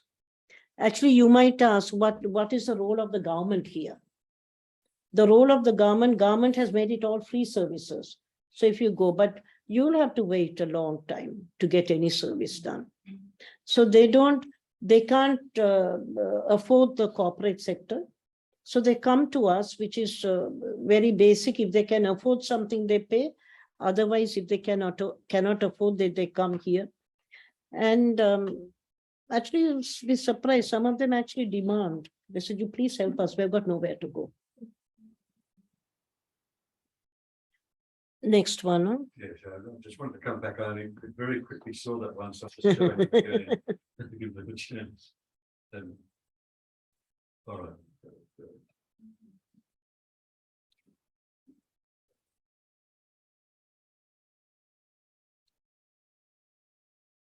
Actually, here in the service, here, as you can see, at Matribhavan, the idea of women's empowerment and upliftment permeates every pore of our being. So to serve these people, really, you have to practice Swamiji's philosophy of seeing the divinity in another human being. Otherwise, it's impossible. You go for a hospital round, the first thing they believe is, they say that this is wrong, and this is wrong. So if you don't have internal peace of mind, you'll get angry.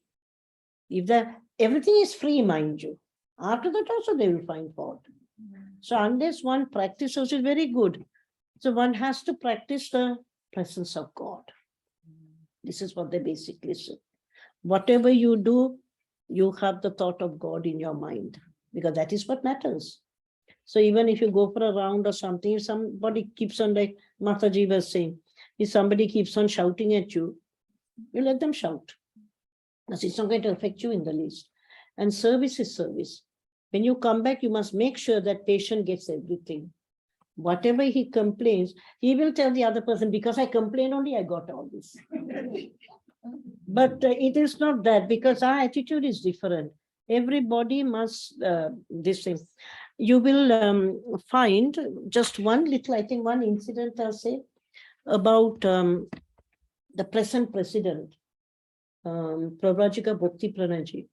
She is actually one of our first group of sadhus. She is the present president. She worked in Matribhavan for 60 years. And it's remarkable the way she works. She is an epitome of spirituality. So once I heard there were 50 women coming to meet her because one of the babies had died intrauterine. It's possible. Suddenly a baby can not, this one, can die intrauterine. So 50 people were coming to meet her. They were very aggressive. So then at that time I was a brahmacharini. And we call her Boroma because she was in our center. Now, of course, she's the president. Then when she was going to the office to meet them, I slowly wanted to go with her. I wanted to see how she was going to handle the situation. She looked at me and said, why are you following me? So I said, I just want to be there, Mataji, when you are there. She said, go back. Don't follow me. So then I saw there were 2 grill gates. When she gets into the second grill gate, that grill gate, she can't chase me back. So I waited. So I waited for her to get into the second grill gate. Then I quickly went and was by her side. Said, again, you have come. I said, Mataji, I won't talk. You just allow me to sit by your side. It was a lesson in my life. I sat quietly because if I open my mouth, I don't know what to talk also. Then after that, how aggressive those women were, you cannot imagine. 50 women shouting at one moment and saying, you didn't look at, there was carelessness, this and that. Is very difficult. A baby dying in utero, then a cord round neck possible. So many reasons are there. So she kept quiet and allowed them to give their grievances, whatever they wanted. So they expressed everything. Then she told them, have you got anything more to say? So they said, no, they already expressed everything, all the problems and the grief they had. Then she said, then shall I talk? And they said, yes, we expect you to say something. They thought that she will apologize. She says, actually, you people don't understand the pain I am going through. And what is the pain I am going through? There's one mother who will be leaving this institution without a baby. That I cannot bear. This institution is to give healthy babies to mothers. But there's one mother who's leaving this institution without a baby. And that pain, you cannot imagine. Actually, they feel. They have come to that level. They actually feel it's different. They have, for them, spiritual sadhana is not different from daily activities. We were fortunate to work with her. And I was really surprised that to what stage you can take spiritual sadhana and karma yoga. We read it and think, oh, it's impossible. But seeing her, I was very, very fortunate. Even at one time when all these units are coming up, all emergency units were coming. So because a very old building, the ground floor had to be strengthened. So I said, Mataji, they are putting steel bars on the ground floor. You just stay for 15 minutes and you pray because all emergency units are coming on the second floor. So she came, I made a nice chair for her with cushion and all, and she sat down. Then I just looked at her and I told the engineers to start breaking the floor to put the iron rod. The whole doors, all doors are going to be strengthened. There were about 8 doors. Then I just turned back, no Parama. Where has she disappeared? I don't know. So I went to her room. So I said, they've hardly started, only once or twice they hit the floor, and this one, you have disappeared. So she says, what do you want me to do? I said, please come back and you sit at least for 15 minutes and you pray to Thakur Ma and Swamiji. All emergency units are going to be put on top. That proper service will be given. She kept quiet. Then after that, again, I requested her, please, Mataji, you please come. She says, no. She says, you're not feeling well or what? She said, no, it's very painful. I said, painful? This is where we don't understand. She says, each time those engineers, this one, Martin Burns had made that hospital too. So it's a very strong hospital. Each time that mosaic is being hit, she says, I cannot take it. It's hurting me inside. Money for them, there is a song in this one, in This one, Shanga Murati Sri Ramakrishna. Mane, the Sangha is the body of Sri Ramakrishna. But then they have actually accepted it. Mane, to what extent you can go with your spiritual sadhana, you cannot imagine. You just cannot imagine unless you see these living entities. Mataji, one more? One more? No. Because then we have some questions. Questions. Okay, okay, Mataji. It's already 4:45. Stopping at PowerPoint. Yeah. PowerPoint, anything more? Any more slides? No, just that little child, just of this one, is thanking you. Oh, that is the prayer to the Holy Trio to shower their choices, blessings, and guide us all. We've only got them, nobody else. And then at the end of it all, thanking you for the precious time you have shared with us. This is one of our babies. Thank you, Robert.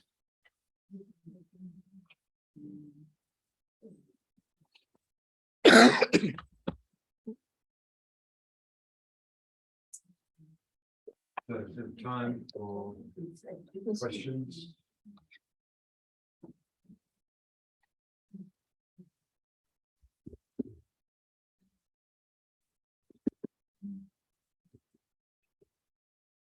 If they don't have any questions, then we can go to the, if they ask questions, then if they don't have any questions, then we can, she can say the other incident, whatever she wants. That one more incident. Let's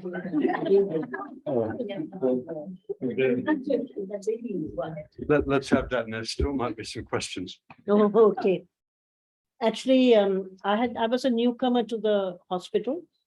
Then I saw a lot of commotion going on. And don't forget, I'm not an Indian, so I'm coming from a foreign concept. So I thought best to be keep quiet. What is exactly happening in the hospital? So I didn't know. Then I found out that one of the babies had been stolen. They do that. There's a network where they steal newly born babies. And it was winter time. So you have this type of chadar. If you put the baby under the chadar, nobody will know. Soon as Boroma, I'm calling her Boroma, she's now the president. She knew about it. She went to her room. For 3 days, no food, no food. Continuous prayer. That's what I'm saying. Prayer is very important in our life. Whenever, even Mataji said the same thing, whenever you find that you're failing, resort to prayer. Prayer will help you to make your mind pure. Here again, we didn't have the guts to tell her to eat and all that. 3 days, no food, no nothing. Continuous prayer. Then on Mahalaya Day, we heard that the baby has been found. No. But how the baby has been found, you'll be very surprised. There was a farmer who was going to the local market. He went, they have gone to a remote area. This is a network, a full network that is working, and these babies are sent abroad.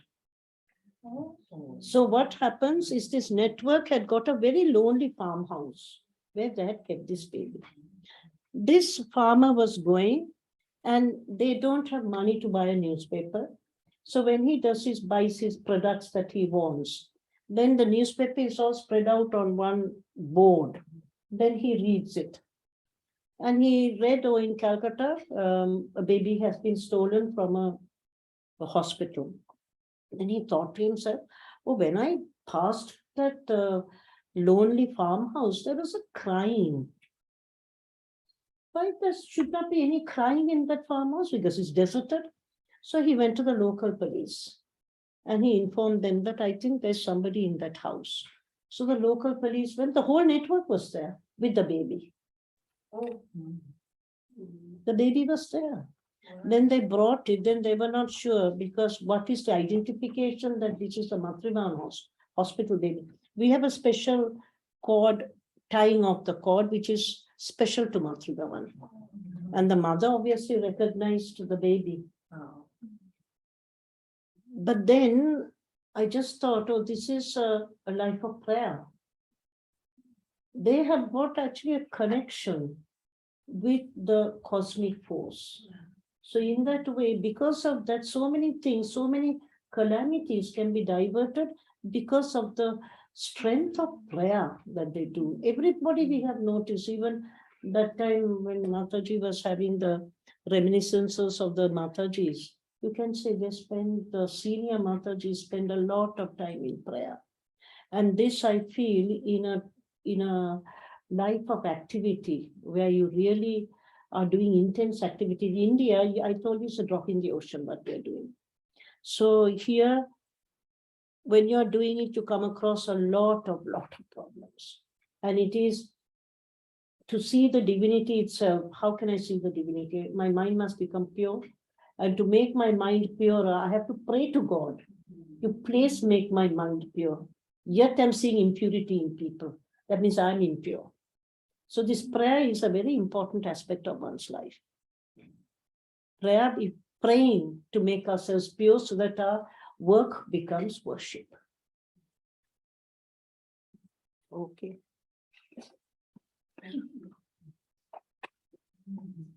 The voluntary work scheme. Robert. Oh, it's just another. Do you have a voluntary work scheme? Sorry. Do you have a voluntary work scheme? Voluntary. For voluntary work. Actually, voluntary work, we do have voluntary work, but only thing about, as you were discussing before also, voluntary work with the local people, it is okay because they have understood the, what would you say, the pulse of the institution. But when it comes for, say, people coming from abroad and all that, it takes quite some time to get acclimatized to a setup. It's not like a corporate sector. It is like clockwork. Corporate sector, they come, they're very mechanical, the way you get into a thing. Here, not everything goes smoothly in a mission hospital because at one time we cannot afford it. We cannot afford to have hi-fi people.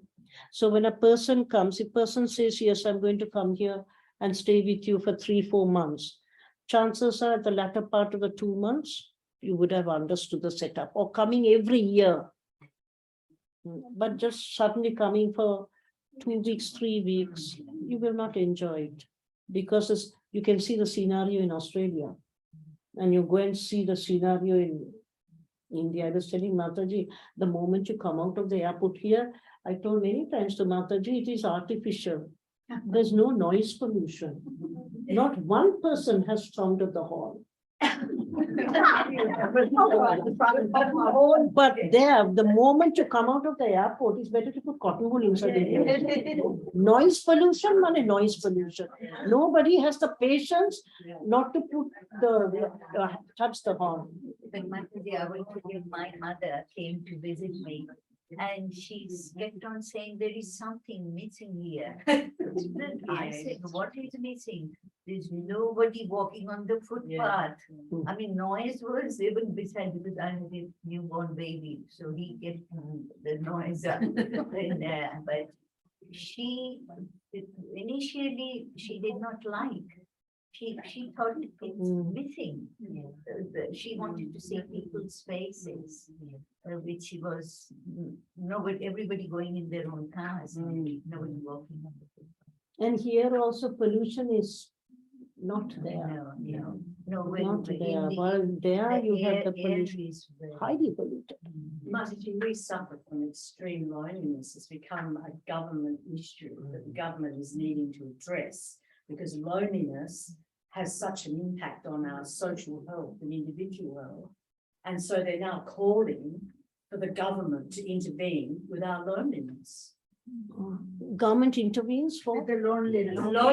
loneliness, but Because loneliness we is a have- big issue. Yeah, It's that's a massive that is issue. what we say. A Yeah. massive issue. It's a massive issue. It's a massive issue. Because what I found, that's what I mentioned, geriatric and loneliness, because what has happened in those days in India, you didn't have this problem because grandparents were there. And nowadays, grandparents are not involved in looking after the children. They are individuals. both the parents are involved in work to keep the family going. Then on the other hand, again, this Western problem is now entering India. Those days it was not there. Well, when I was in UK, I found that there was a huge geriatric problem. And I was then very young, and I used to see there was one in a household, there was one deaf woman, and her sister was dumb. No help, nobody helps them. So we used to go, my sister and I, and then we said, you keep all your work that you want to do, and we'll do it in the weekend, because we're going to school. They keep all the jobs from the top of the almirah, you have to bring this down, because they can't this one. But then when you go to these geriatric homes, they really wait for you to come. Because during Christmas time in UK, we're going to sing the Christmas hymns. They're waiting as guides. They're waiting for us to come. And small presents we will take. So when we talk to them and say, what about your family members? They say, nobody will come. So for them, Christmas is a big thing. It's a big thing, Christmas. So we go and entertain them and all that. But as I told you, here in these Western countries, it is more prevalent. So if one can go and give some happiness to an elderly person, this one. The same thing has happened because in India, majority of the children have gone abroad. Now the police force have started an organization called Pranam, where anybody, the husband or the wife, the elderly people, they can immediately phone up the police and say, you kindly send an ambulance. My wife has fallen down, or my husband is alone, or we have got no food. So then what the police do is they contact us. And then they will say, a lot of NGOs are under the police, and they will say, can you please go in your vicinity? This person is having problem. Can you please go and see what is the problem? So in that way, now the police have got involved. Otherwise, you cannot. Otherwise, somebody will pass away and that's the end of it. You won't know anything. So as you said, this is a major problem. We have massive suicides with children, massive. We have a high proportion of women's murders here in this country. So, you know, I don't know whether they have the same amount of murders of women in domestic violence in India. I have no idea. Or whether they have the same suicide. But our deaths and our illnesses have a unique profile. Well, it's not unique, but it's complex, and it's not specifically cancer or you know, it's quite tragic, really.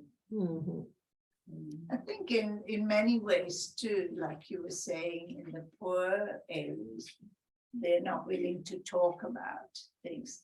In affluent society, it's also very similar. They have been so busy with the outside things and accumulating things. They fail to teach communication skills. So children have failed to know how to approach an adult without being told to be quiet, to stop, don't talk about being given things, but not what's necessary emotionally. So that's one of the reasons that the mobile phone and social media is so much, you know, being used, because on their own people are lonely. Yes, and they're looking for, you know, connection. And when they're looking, as you correctly said, when they're looking for connections through the mobile, unfortunately you get the bad side of society also. That is the problem. And everybody is not going to put good side this thing. Everybody wants some type of mixture. So then they get addicted to this type of but for NGOs to go ahead, go to the elderly people, sit with them, talk with them, it does a lot. Because I have got a personal problem, I want to talk to you. I might not want to talk about this personal problem to somebody else. That person is not very willing to listen to what I have to say. So there you have to sit for 2 hours quietly and listen to that person. But when you have listened to that person, What you will find is that whole thing you have Gone. taken out. Mm. Listeners are very few now. Mataji, I think all of us, at least me, I feel very indebted to you for giving all this information. We hear a lot, but we are not privy to the detail of it. And what your lecture has enlightened us to see how the other side is living in that, and we have to thank you for that. It's actually very enlightening in there, and obviously it does ferment in our heart what we could do about it.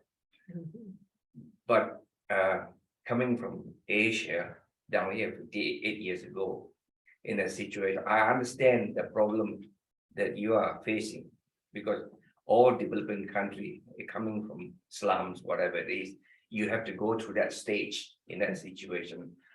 Plus the fact in this modern age, the alcohol, the drugs, and all this, and husband and wife, material things they want to acquire. I remember, our mother used to say, you don't go into debt, you work hard, you earn and save, and you buy. These days, you see how many people have to have a fridge, have to have beautiful house, nice painting, and goes into debt. And both husband and wife have to work. And now the grandparents are calling to, without them, without the grandparents, they can't work. And all this sort of situation. But I think at the end of the day, you have to achieve a certain standard of living before we can actually compare between one society or one culture to another. But I think what you have spoken is very enlightening, and we thank you for Yes, thank And No, you. but what you said is correct, because when we go to the slums, they also want the basic things. I'm surprised they have a bed, hardly any room, but there's a fridge, there's a TV. All this they want. There's a radio. They can't do without these things. And everybody now has got a mobile, even the rickshaw. Yeah. So this becomes as necessities now for them. And sometimes I wish, sincerely, that if something invisible happens, all the internet goes off and all the phone goes off. We go back to basic. Mataji, one question. We mentioned about the NGOs. I'm just wondering, does the state government and the federal government has got any financial support to this organization? To our organizations. Yeah. Actually, what happens? The NGOs. Yes. Actually, what happened, I'm talking about West Bengal state government. Yeah. Originally, they did give us some support. Then after that, there were quite a few NGOs were recognized NGOs, like Ramakrishna Mission, Ramakrishna Sarada Mission and all that. Then in the end, maybe they thought it might be focused on voting capacity and all that. Yeah. So then they started a whole lot of their own projects, helping poor women, helping girls for their education. So what happened, the money was diverted to all these projects, and the money that they were giving to our NGOs was all stopped. So now we don't get any help from the state government. And federal government, nothing from No, federal. nothing from the central government, no. The central government is, overall, they have got a lot of problems to think about. Because I was so surprised, during the second wave of COVID, actually India has got a certain standard, but suddenly I heard areas of certain states were going through poverty, real poverty. So then the central government were busy sending food to those areas, because for the overall global this thing, to know that India is one of the leading Asian countries, suddenly to know that India is going through poverty looks very bad. So then all the CSR, that is corporate social responsibility, funding comes to us for equipment or any projects what we do.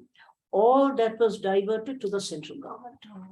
It was not given to us at all to patch up all these areas where they was going through severe financial crisis. Sadly, Mataji, some of these international well-known NGOs, people are reluctant to donate to them because now and again you'll find out how much of the money has gone to the people, the executives. A lot of it gets soaked up in the promotion and the administration, or unnecessary levels of administration, we could say.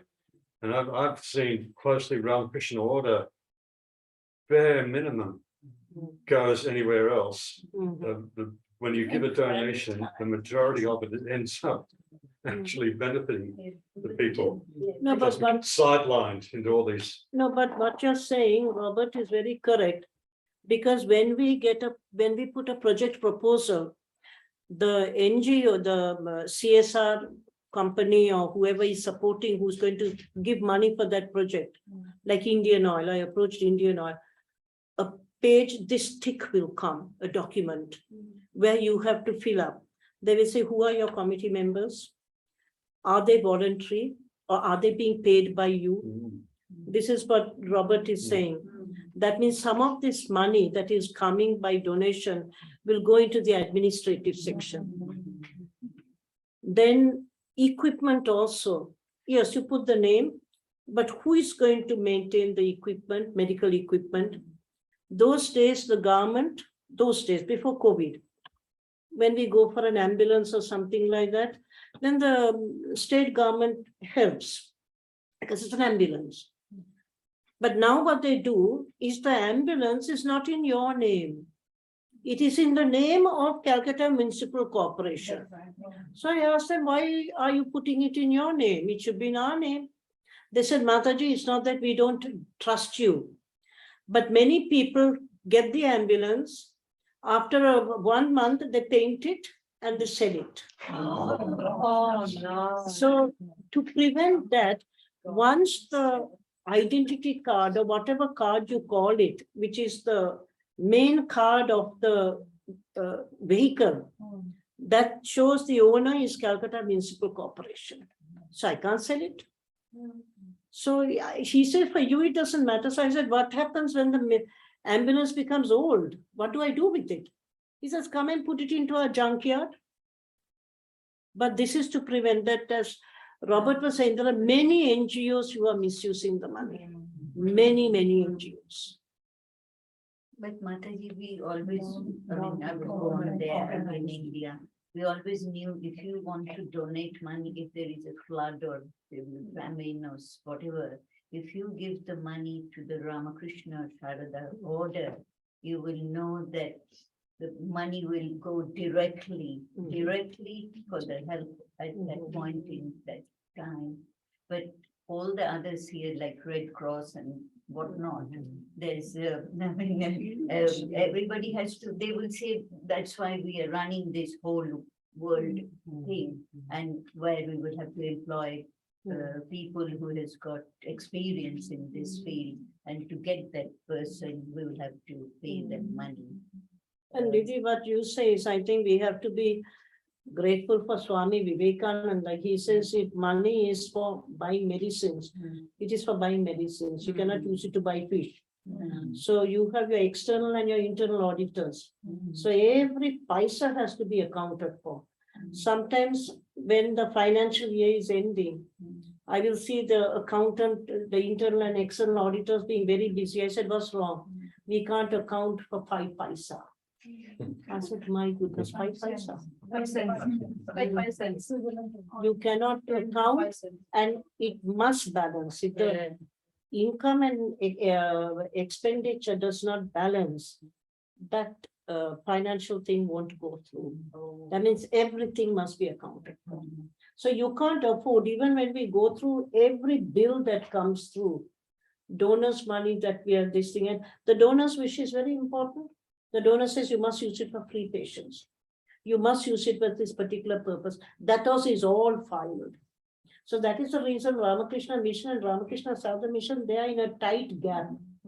They cannot, they have got not too much flexibility. In the early days of the Ramakrishna Mission work, when there is flood or famine relief, the monks used to go collect funds from house to house and use that for the relief. And then they will go begging for their food. Their own food, whatever they little bit they get, that's they eat. Not touch this money. That is for the affected people by the flood or famine.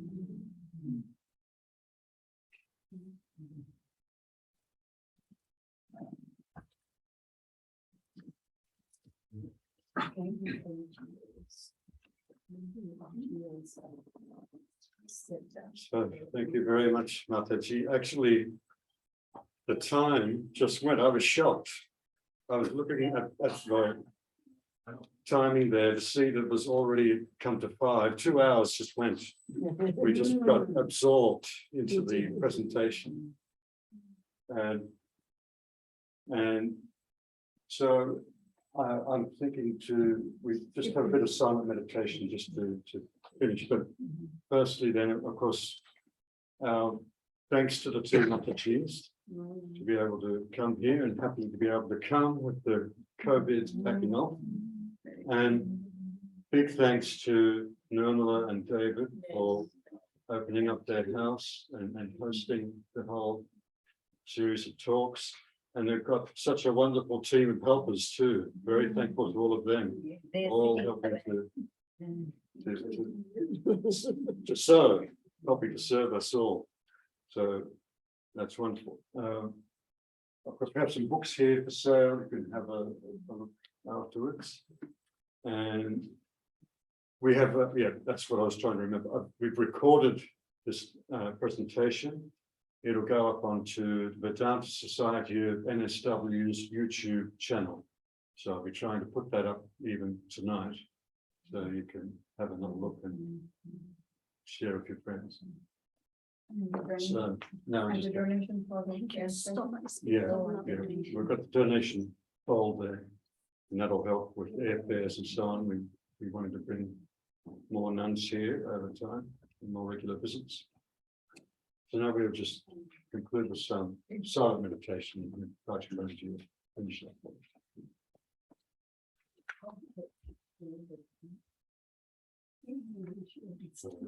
Lights.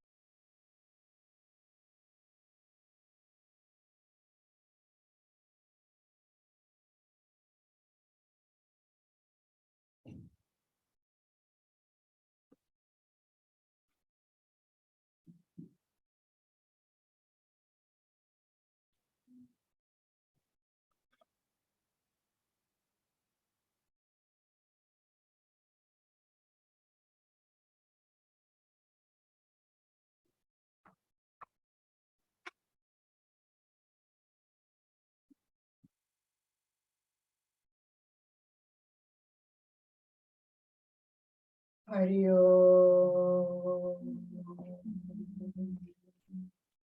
Shanti, Shanti, Shanti.